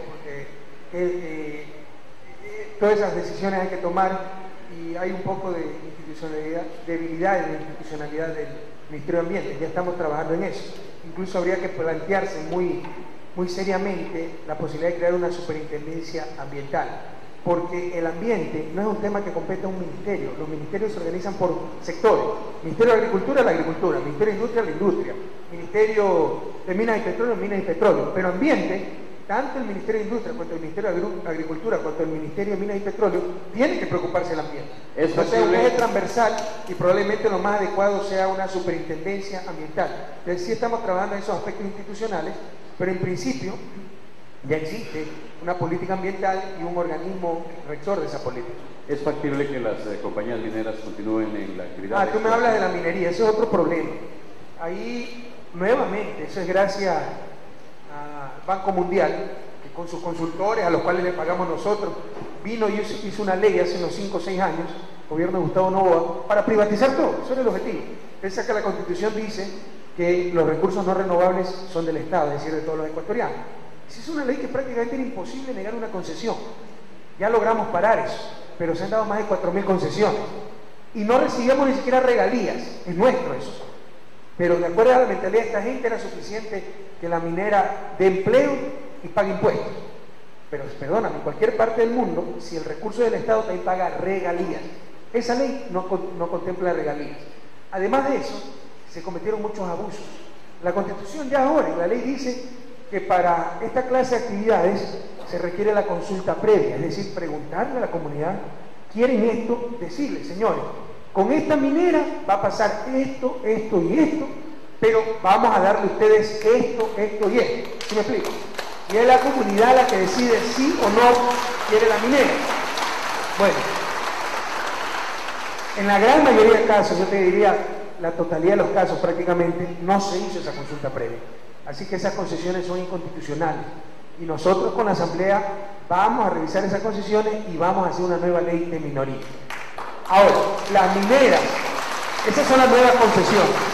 Las mineras que han estado trabajando en Zamora, aquellas mineras que respeten a sus trabajadores, que paguen impuestos, que respeten el medio ambiente, no hay ningún problema. En todas partes del mundo hay minería, ¿verdad? Siempre y cuando se respete al medio ambiente y se respete la comunidad. Pero las últimas concesiones no respetan la comunidad, no respetan al Estado porque no pagan regalías, y algunas explotaciones que tenemos a cielo abierto son muy cuestionables desde el punto de vista ambiental. Entonces, dicho esto, en otras palabras, minería sí, pero con los adecuados controles, con las adecuadas consultas a la comunidad, con la adecuada compensación a la comunidad. Cuidado que vamos en el extremo fundamentalista, como hablamos con el petróleo también, no a las mineras. Ecuador tiene un enorme potencial minero, uno de los mayores del mundo. El futuro de este país puede ser minero. Tenemos grandes minas no explotadas. Hay cobre en Perú, hay cobre en Colombia, ¿por qué no va a haber cobre en Ecuador? Oro, plata y muchas otras. Pero tenemos que hacerlo adecuadamente, y ese adecuadamente significa respetando a los trabajadores, respetando al Estado, respetando a la comunidad donde se desenvuelve la actividad. Es decir, reunirse antes de empezar el proyecto, decirles: señores, les proponemos tener esto. ¿Cuál va a ser el problema? Pueden tener estas molestias, pero van a tener empleo, van a tener mejoras en la comunidad. Sobre todo nos preocupa mucho después de que se acabe la actividad, qué va a pasar con esa comunidad, etcétera. Y también muy importante, respetando el medio ambiente. Con esos 4 respetos a los trabajadores, a la comunidad, al Estado y al medio ambiente, bienvenida a la minería. Otro aspecto que le preocupa a la provincia, otra situación, señor presidente, que es de preocupación de la provincia de Zamora, es el aspecto de la descentralización. Hemos estado siempre dependiendo, por ejemplo, la empresa eléctrica depende de la ciudad de Zamora, Predesur, asimismo, medio ambiente, y el dinero se ha concentrado a nivel de las grandes provincias. En ese sentido, ustedes continuarán trabajando para poder también distribuir esos recursos a las provincias pequeñas, y en este caso la de Zamora, señor presidente. No, me refiero a que el presupuesto también se va a distribuir de igual manera, así como a las provincias grandes, a las provincias pequeñas, que hay esa igualdad. A ver, varias cosas. Gracias, Rubén. Primero, tienes que ver per cápita cuánto se recibe, ¿no? No es el único indicador, pero cuidado, o sea que si Guayas tiene 3 millones de habitantes y Zamora tiene 7 y pico mil, pues obviamente pues Guayas tendrá que recibir un poco más. ¿Ya? No es el único indicador, insisto, pero pretender que se haga una distribución igualitaria por todas las provincias tampoco es correcto. Si te refieres a la ley 010, nosotros dijimos que tenía que ser una parte, respetando la distribución actual. La ley 010 es la que permite duplicar la participación de la Amazonía por barril de petróleo extraído de 50 centavos a $1. Eso significa 90 millones de dólares anuales más para los gobiernos locales de la Amazonía. Y hemos dicho que se siga respetando la distribución inicial, es decir, una parte fija entre todos los municipios y prefecturas de la Amazonía y una parte de acuerdo a la población. Por si acaso, ya hay gente que está manipulando, cabildeando en el Congreso para que la distribución sea de acuerdo a la extracción petrolera. Entonces, lástima que hay falta de solidaridad entre ciertas autoridades amazónicas mismas. Y en otro aspecto que tal vez es lo más de fondo, nosotros vamos a descentralizar, estamos descentralizando el país. Se van a hacer 7 regiones, ya vamos a empezar como Ejecutivo a operar con esas 7 regiones. Si la Asamblea decide otra forma de regionalización, pues nos tendremos que adaptar a la decisión de la Asamblea, pero ya vamos a empezar a actuar por regiones, con similar cantidad de población y nivel económico. Y ahí sí, el presupuesto entonces tendrá que repartirse más o menos equitativamente entre regiones, porque precisamente lo que estamos haciendo es definir regiones de similares condiciones. Pero en este momento, a nivel de provincia, no puedes hacer eso, porque te insisto, hay provincias grandes, hay provincias chicas, hay provincias de 3 millones de habitantes, hay provincias de 300.000. O sea, ahí no podrías repartir el presupuesto homogéneamente. El puente de la Saquea. Incluso Vialidad creo que están recibiendo más per cápita y más proporcionalmente como provincia que otras provincias, porque se está reconstruyendo Zamora a Loja, e incluso queremos que sea revestimiento rígido, lo cual triplica el precio, pero triplica la vida útil de esa carretera, y se están haciendo otros proyectos viales como el eje vial 4, y de estos puentes ya se habló, no recuerdo ahorita pues qué decisión se tomó, pero se habló en la reunión que acabamos de tener con los alcaldes. Gracias, Rubén. Señor presidente, nos acompaña don Martín Cañar, poblador fundador de la ciudad de Zumbi, capital del cantón Centinela del Cóndor, provincia de Zamora, un hermano ecuatoriano de la tercera edad que también está presente como actor social. Bienvenido, don Martín. Gracias, señor presidente. Mi presencia aquí es principalmente para darle un saludo de corazón, de veras de corazón, ya que es el único presidente de tantos que he conocido durante mi vida que está con nosotros, porque el Ecuador es de todos. Con estas pocas palabras quiero preguntarle lo siguiente, señor presidente. ¿Qué política tiene usted para la seguridad y vida de las personas de la tercera edad? Gracias, don Martín, bienvenido. Y para mí es un orgullo conocerlo.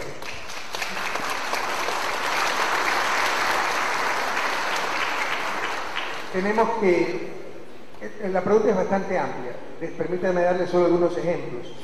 El enfoque con que voy a empezar habría que dividir personas de tercera edad con seguridad social y sin seguridad social, porque las personas de tercera edad ya acabaron su vida productiva.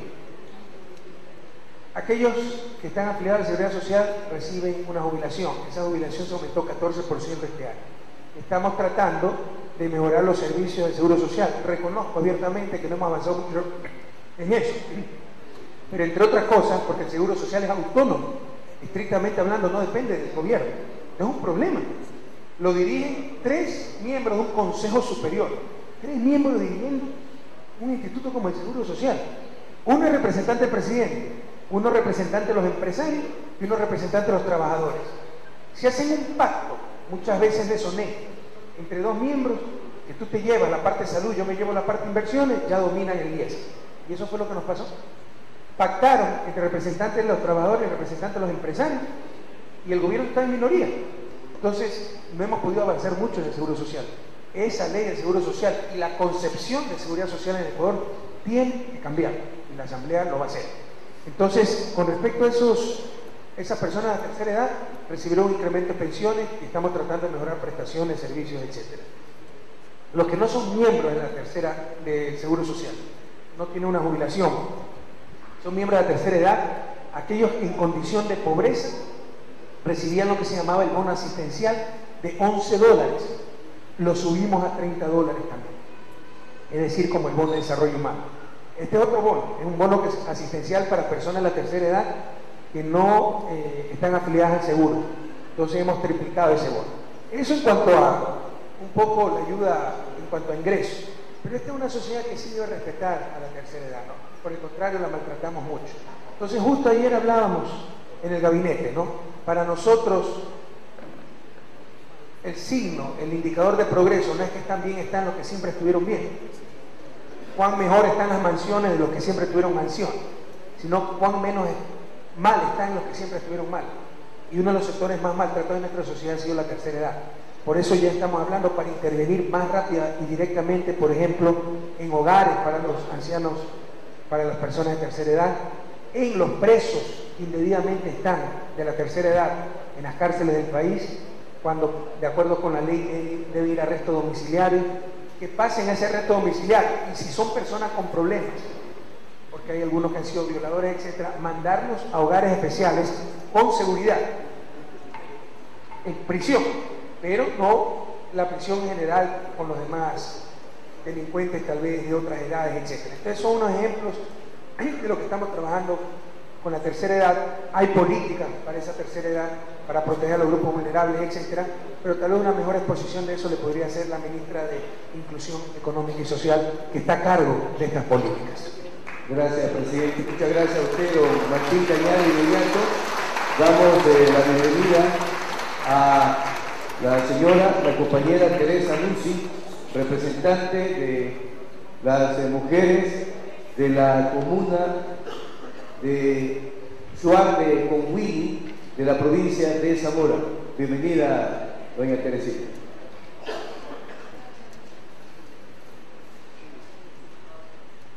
Señor presidente, les saludo en su presencia. Yo soy la mujer de la mujer Shuar de la comunidad Cuhuí.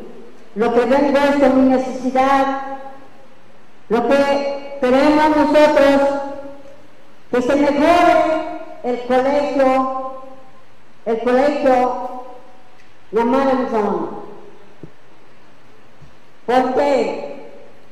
Para que se mejore, que lo apoyara a los estudiantes que mañana pasado sean ellos otros. Y asimismo se acordará el día que llegó en Paquilla, Cantán Paquilla, habían presentado un oficio, y asimismo solamente, señor presidente, yo venía solamente a hacerle recordar. Señor presidente. Gracias, doña Teresa. Gracias. O sea, quiero decirle, doña Teresa, miren cómo es la vida, pero está bien. ¿Cuántas veces un presidente ha visitado Paquilla? Ahora me reclaman porque me dieron un oficio y no lo hemos atendido. Pero quiero decirle, todas esas solicitudes se atienden. O sea, se atienden en el sentido de que se le da seguimiento. Pero hay cosas que no se pueden hacer o no se pueden hacer inmediatamente. Pero seguramente, si ahí dejaron un número de teléfono de elección, alguien llamó a decirle, señor, hemos recibido su carta y vamos a ver si se le puede dar trámite. Con respecto al colegio de su comunidad, ¿ya? Sí, eso lo va a hacer mi secretaria, no se llama Marita. Sí, gracias, muchas gracias. Con respecto al colegio de la comunidad, tenemos que reconstruir. Miren, hay cerca de 16.000 escuelas en el país y más o menos 50% necesitan rehabilitarse. En 9 meses hemos hecho mucho, estamos reconstruyendo integralmente cerca de 1.200 escuelas. Si no, vayan al colegio 12 de febrero de aquí mismo de Zamora y vean lo que se está haciendo, una transformación total. Pero obviamente no podemos remodelar las 9.000 escuelas que estaban en mal estado, debe ser un proceso. Entonces, supongo que prontamente le llegará el turno al colegio de su comunidad. Sin embargo, pues, en base a esta intervención y a la solicitud, le voy a pedir, anóteme por favor, Casia o Arturo, al ministro de Educación que ponga especial interés en el colegio de la comunidad Shuar de Conguini.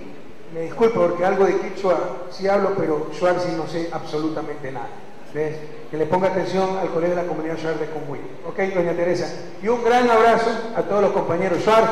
Díganle que los queremos mucho, los respetamos mucho y que les agradecemos mucho por haber sido baluarte de la defensa nacional. Y recuérdenles que, díganles que nunca olviden que la patria ya es de todos, sobre todo de los Shuar. Gracias, presidente. De inmediato damos la bienvenida al compañero Francisco Zarango, dirigente del pueblo zaraguro en el cantón Yacuami, provincia de Zamora, que ya está presente aquí con nosotros. Bienvenido, compañero Francisco Zarango. Ali Punja Apoteca, señor presidente, en la actual Constitución constan los derechos colectivos o los derechos indígenas, específicamente el artículo 83, 84 y 191. Nuestra preocupación a nivel del pueblo indígena es que esta próxima asamblea que se va a instalarse corre un riesgo que puede retirarse esos derechos indígenas. ¿Por cuánto? Porque hay poco representante en esta asamblea del pueblo indígena. Señor presidente, ¿qué actividades desplegaría en caso que se extienda esos derechos adquiridos por muchos años? Mi querido Mash, ahí Shamushka Mash. Con todo cariño, usted está totalmente equivocado y parte de una concepción que creo que es hasta un poquito peligrosa. Que si no son indígenas los que hacen las reformas para hacer respetar los derechos de los pueblos, nadie más lo puede hacer. Con todo cariño, esa visión etnocéntrica es la que ha perjudicado tanto a ciertas organizaciones indígenas como la CONAIE y a su expresión política como Pachacuti. Mire el desastre electoral que sufrieron. Si no hubieran tenido esa visión etnocéntrica, si no tuvieran tenido esa visión etnocéntrica, que solo los indígenas debemos ser candidatos, que solo los indígenas podemos hacer las cosas, etc., hubieran aceptado la alianza que les propusimos a principios del 2006 y hoy serían gobierno junto a nosotros. Y ni siquiera le dijimos, yo voy a ser presidente y el representante de usted es vicepresidente. No, dijimos, hagamos una encuesta y veamos qué binomio tiene más posibilidades de triunfo, porque no podemos competir para perder. No, que tiene que ser un indígena candidato a presidente. ¿Recuerdan nuestra encuesta? Sacaría 2% de los votos. No, que tiene que ser un indígena. No se puede llegar a un acuerdo. Y fíjense, por esa visión etnocéntrica, los problemas que están pasando, que nos duelen mucho, porque lo que más quisiéramos es una organización indígena fuerte, una expresión política como Pachacuti fuerte, y tener muchísimo más indígenas, de diputados, asambleístas, etc. Sin embargo, cuidado, que Acuerdo País sí tiene importantes representantes indígenas, como el compañero Pedro de la Cruz. Pero les quiero decir que nosotros somos gente muy consciente, muy cercana al movimiento indígena, a los movimientos indígenas, y muy respetuosa de nuestros pueblos originarios. Entonces, nosotros más que nadie, incluso más que ustedes mismos, compañeros, vamos a hacer respetar los derechos colectivos y ancestrales de nuestros pueblos originarios. Que tengan la plena certeza que en la futura Constitución no va a haber ningún retroceso en cuanto a eso. Por el contrario, va a haber muchísimos avances, porque somos gente que siempre hemos defendido los derechos colectivos de nuestros pueblos originarios. Muchas gracias, compañero Francisco Zarango. En cuanto a la territorialidad del pueblo indígena del Ecuador. Eso es más complicado, pero eso no está en la Constitución.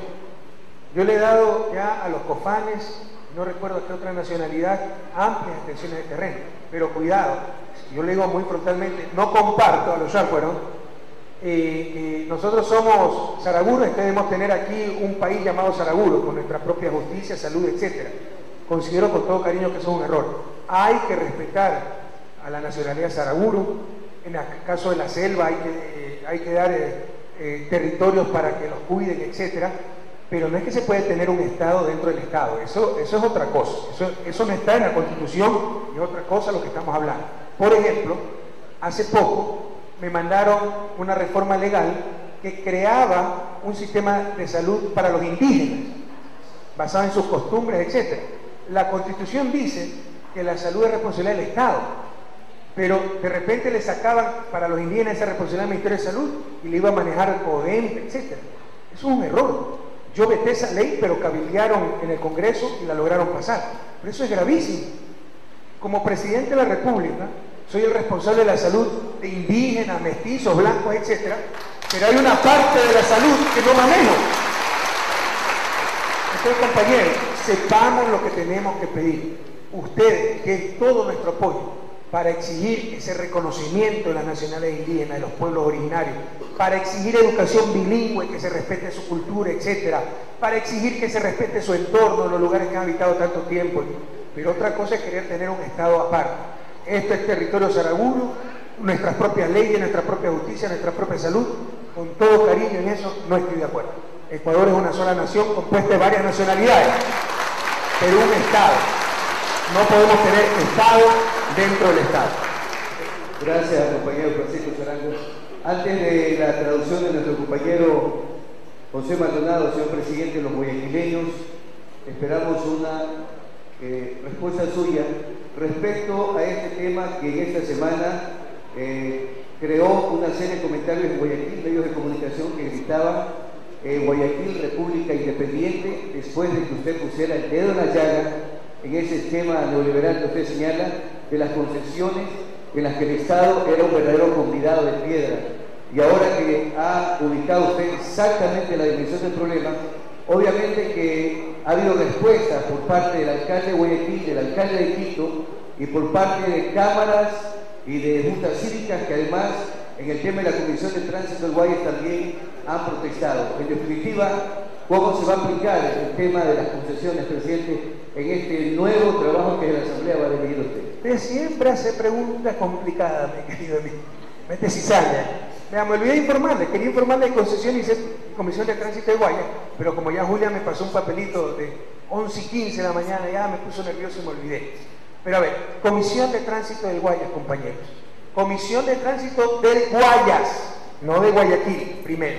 Segundo, de los guayasenses, no de los pelucones. Tercero, financiada con el impuesto a la renta que se paga en Guayas, que no necesariamente es el impuesto que se genera en Guayas, porque en Guayas paga Clean Tour, que opera en Galápagos, las exportadoras de banano, que exportan banano del oro, de los ríos, etc. Y el impuesto a la renta normalmente es el principal ingreso para el Estado, el gobierno central. Entonces, esa Comisión de Tránsito del Guayas tenía un directorio que lo reformaron hace poco. Esto fue parte del intento de privatizar hasta el Estado y de que un partido político se apodere de esta institución, incluso de Fuerza Armada. Tiene centenas de hombres armados. Resulta, ¿saben cómo estaba conformado ese directorio? Un representante de las Fuerzas Armadas, que ya vino un majadero medio loco de Guayaquil a decir serranos que nos quieren dominar. La Comisión de Tránsito de Guayas es Fuerza Armada, tienen armamento. Tiene que haber un representante de las Fuerzas Armadas ahí, eso es correcto. De la Policía Nacional.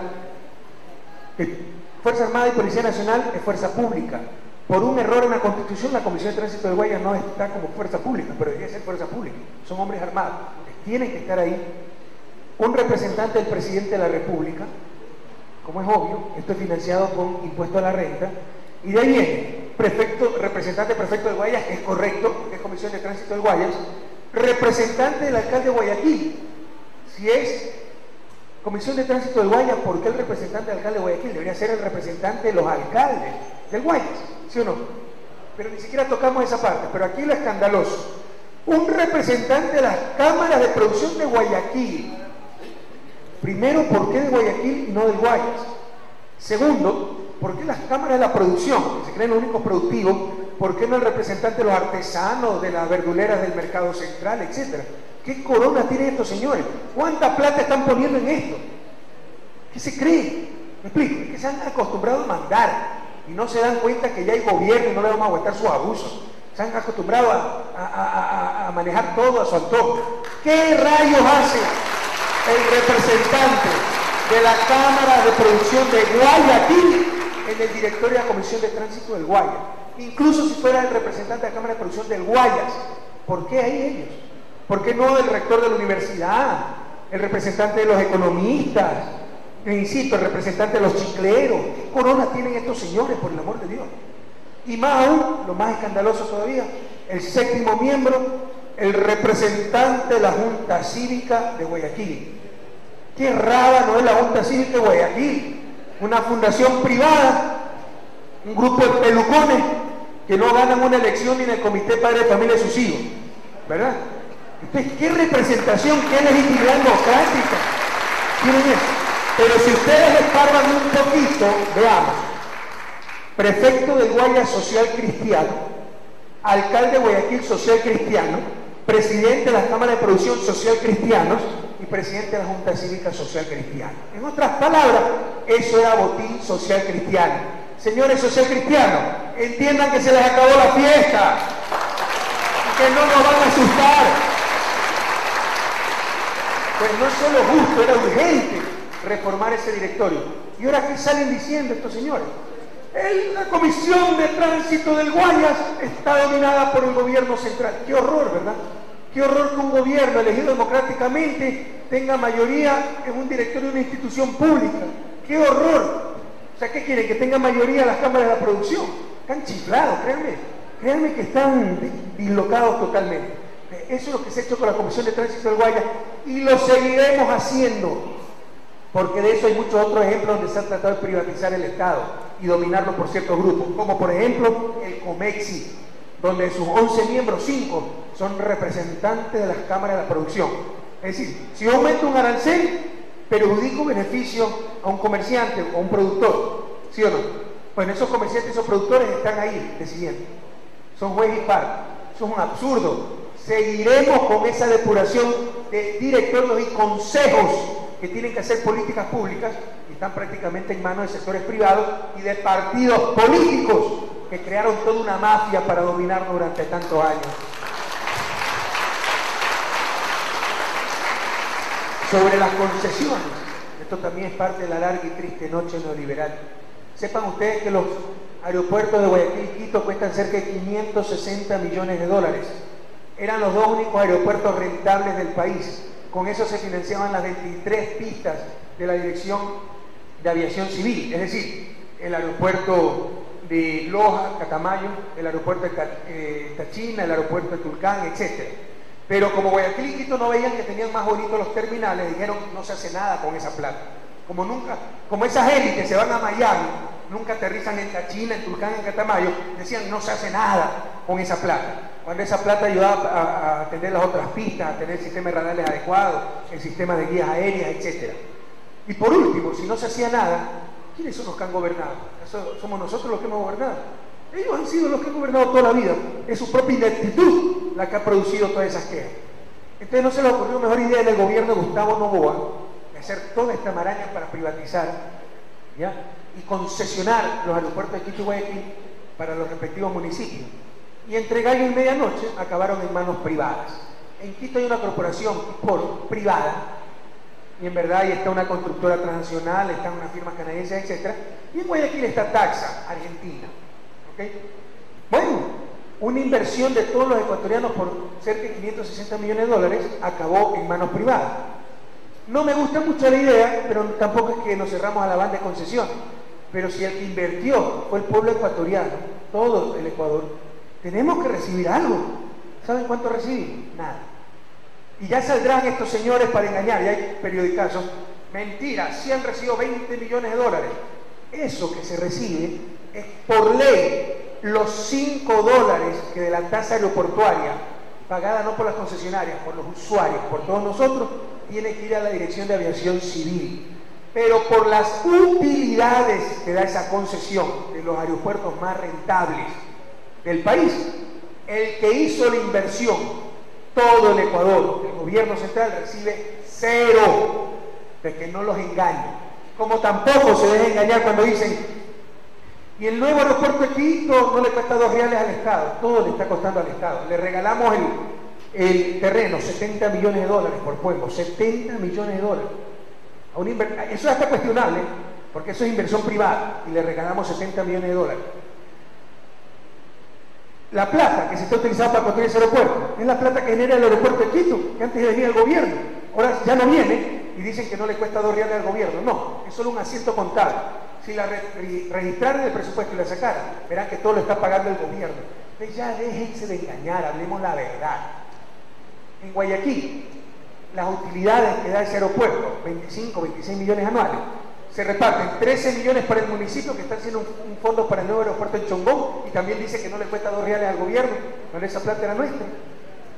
Y la mitad para la concesionaria. Y quiero decirle que ni siquiera pagan impuestos. Revisen lo que pagó taxis. Pagó 3, 4 años, no pagó impuestos porque es zona franca, se acoge a la ley Nebot, etc. Algo similar la concesión del aeropuerto de Quito. Entonces ya basta, eso es un atraco, lo ratifico. 560 millones de dólares de inversión del pueblo ecuatoriano, y el pueblo ecuatoriano no recibe 2 reales, al menos a través del gobierno central. Entonces, ¿qué es lo que estamos pidiendo? No es que estamos diciendo reviértanse las concesiones, estamos diciendo háganse bien las cosas. De esas utilidades, el gobierno, el Estado, el pueblo ecuatoriano, el Estado central, el que hizo la inversión, debió haber recibido al menos el 50%. Si después los municipios querían pasarle a manos privadas, bueno, pues ellos repartían su 50% y no hay problema. Pero es el colmo que hoy nuestros 2 aeropuertos más rentables estén privatizados y que el Estado no reciba 2 reales por eso. Y no me vengan con el cuento que hemos recibido 20 millones, porque esos son los 5 dólares que pagan ustedes por tasa aeroportuaria, y de acuerdo a la ley esos 5 dólares deben ir a la Dirección de Aviación Civil. No es que lo está dando la concesionaria. Que no los engañen. Ya basta de farsas en este país.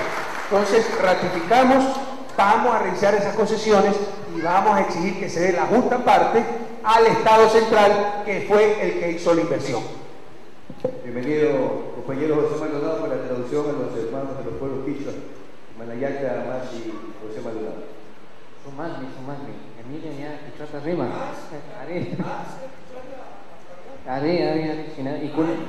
Ari, ikunan kanya asa suarta rima, baikanir kanya puhane. Ari, sinani kan. Imana sata kan di Taita Rafael. Ari, nyanya. Aska kusina mikani masih. Sarung semana kan ka Europa pikar kanki. Ari. Nya imagina Europa pikar ka. Españapis, Italiapis. Italiapis. Suma karka chaiti. Suma karka. Ari. Nya. Y miércoles punja kanka chunga pichka wata nya casado kanki. Ari. Kushilia kanki. Hatun Raimi. Hatun Ramika. Ari, sumagnika. Bueno, taita, shinaka villashun ima shinata kai semana kikimpa llankashka kunamanta. Sábado punja Murcia Mantami Chaysina Radio Nishkapi Rimarca. Domingo punjaka Italia Pimicarca y Chayshinene Paika Chay Caro Yaktaman Rishka Kunawan ima shina paikunapa causeita rikushpa Chay Picarca. Chinami ñukanchi llakta pushaka Chay Kamachi Kunata rikuchu Nishpami Mañarca. Paika Chayshina Casilla Causana Mantami Chaypi Rimarca y Chay Mantami Nirka Makana Kushpaka Mana y Mata Chari Ushanchicho. Lunes punjaka Italia Pipas Micarca y Chaypimi Paika Yanka Kunawan Chaypi Rimarca y Shinami Paika Mañarca Tukuy Kuna Shubyu y Itami Charina Kanchi y Tukuy Yanka Kunami Kamachi Kunata Chari Nishpa. Martes punjaka nya Españapi Maka y Tukushka Kuitza Mantami Paika Yakirirka y Shinayata Gima Rurana Kunakashkatami Rurana Kanchi Nirka. Y Paka nya Ecuador Mama Yaktamami Tigramurka y Chaymantami Aeropuerto Nishka Kunamanta Rimarca. Miércoles punjaka Yaku Mantami Rimarca Kuna. Shinami Nirka Nyukanchi Yakta Pushaka Shamu Watakunaka Yakuka Ashtaka Mosturishkami Kanga Ashtaka Barishkami Kanga. Chaymantami Yaku Kunataka Rikuna Kanchi y Alli Charina Kanchi Nirka.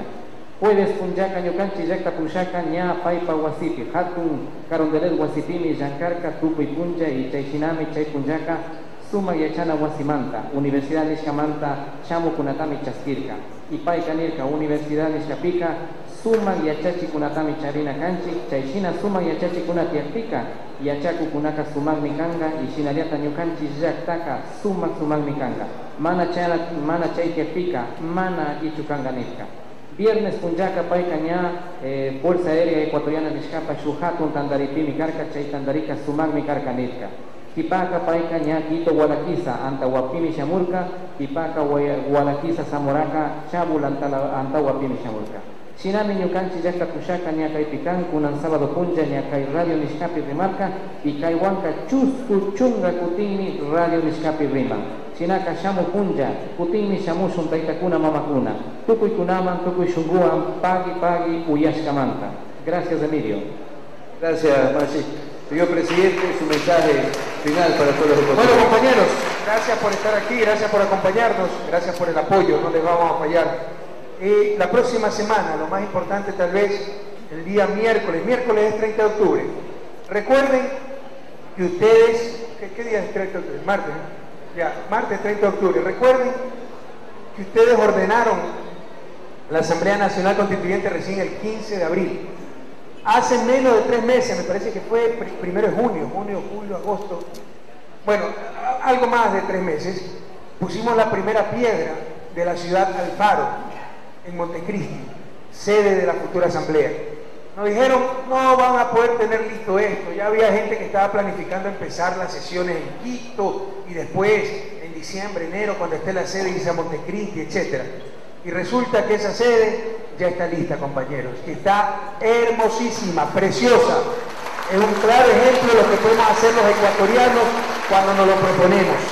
Lo que no está listo son los resultados del Tribunal Supremo Electoral. Por eso la Asamblea no va a poder empezar el 30 de octubre como se planificó inicialmente. Pero nosotros como gobierno sí vamos a cumplir y vamos a entregar ese complejo el próximo martes 30 de octubre. Ojalá que estén presentes los asambleístas. No hay resultados finales, pero ya sabemos quiénes son los asambleístas más votados: Alberto Acosta, Mita Buenaño, Fernando Cordero. De acuerdo al estatuto, ellos tienen que formar una comisión que organice la asamblea. Ojalá que puedan estar presentes para entregarles a ellos, en representación del pueblo ecuatoriano, Ciudad Alfaro, que está hermosísima. Cumplimos, y eso demuestra lo que podemos hacer cuando nos lo proponemos, cuando hay decisión, cuando hay unidad, compatriotas. Está hermosísimo. Los invito a todos a visitar y ojalá nos puedan acompañar el día martes, me parece que es de tarde, 4 de la tarde, la entrega e inauguración de Ciudad Alfaro, sede de la futura Asamblea Nacional Constituyente. Gracias a todos y a todas, a tener la esperanza firme que podemos salir adelante y lo estamos haciendo. Hasta la victoria siempre, compañeros. La victoria siempre, señor presidente, ha sido la 40ª cadena nacional de ecuatorianos. Gracias.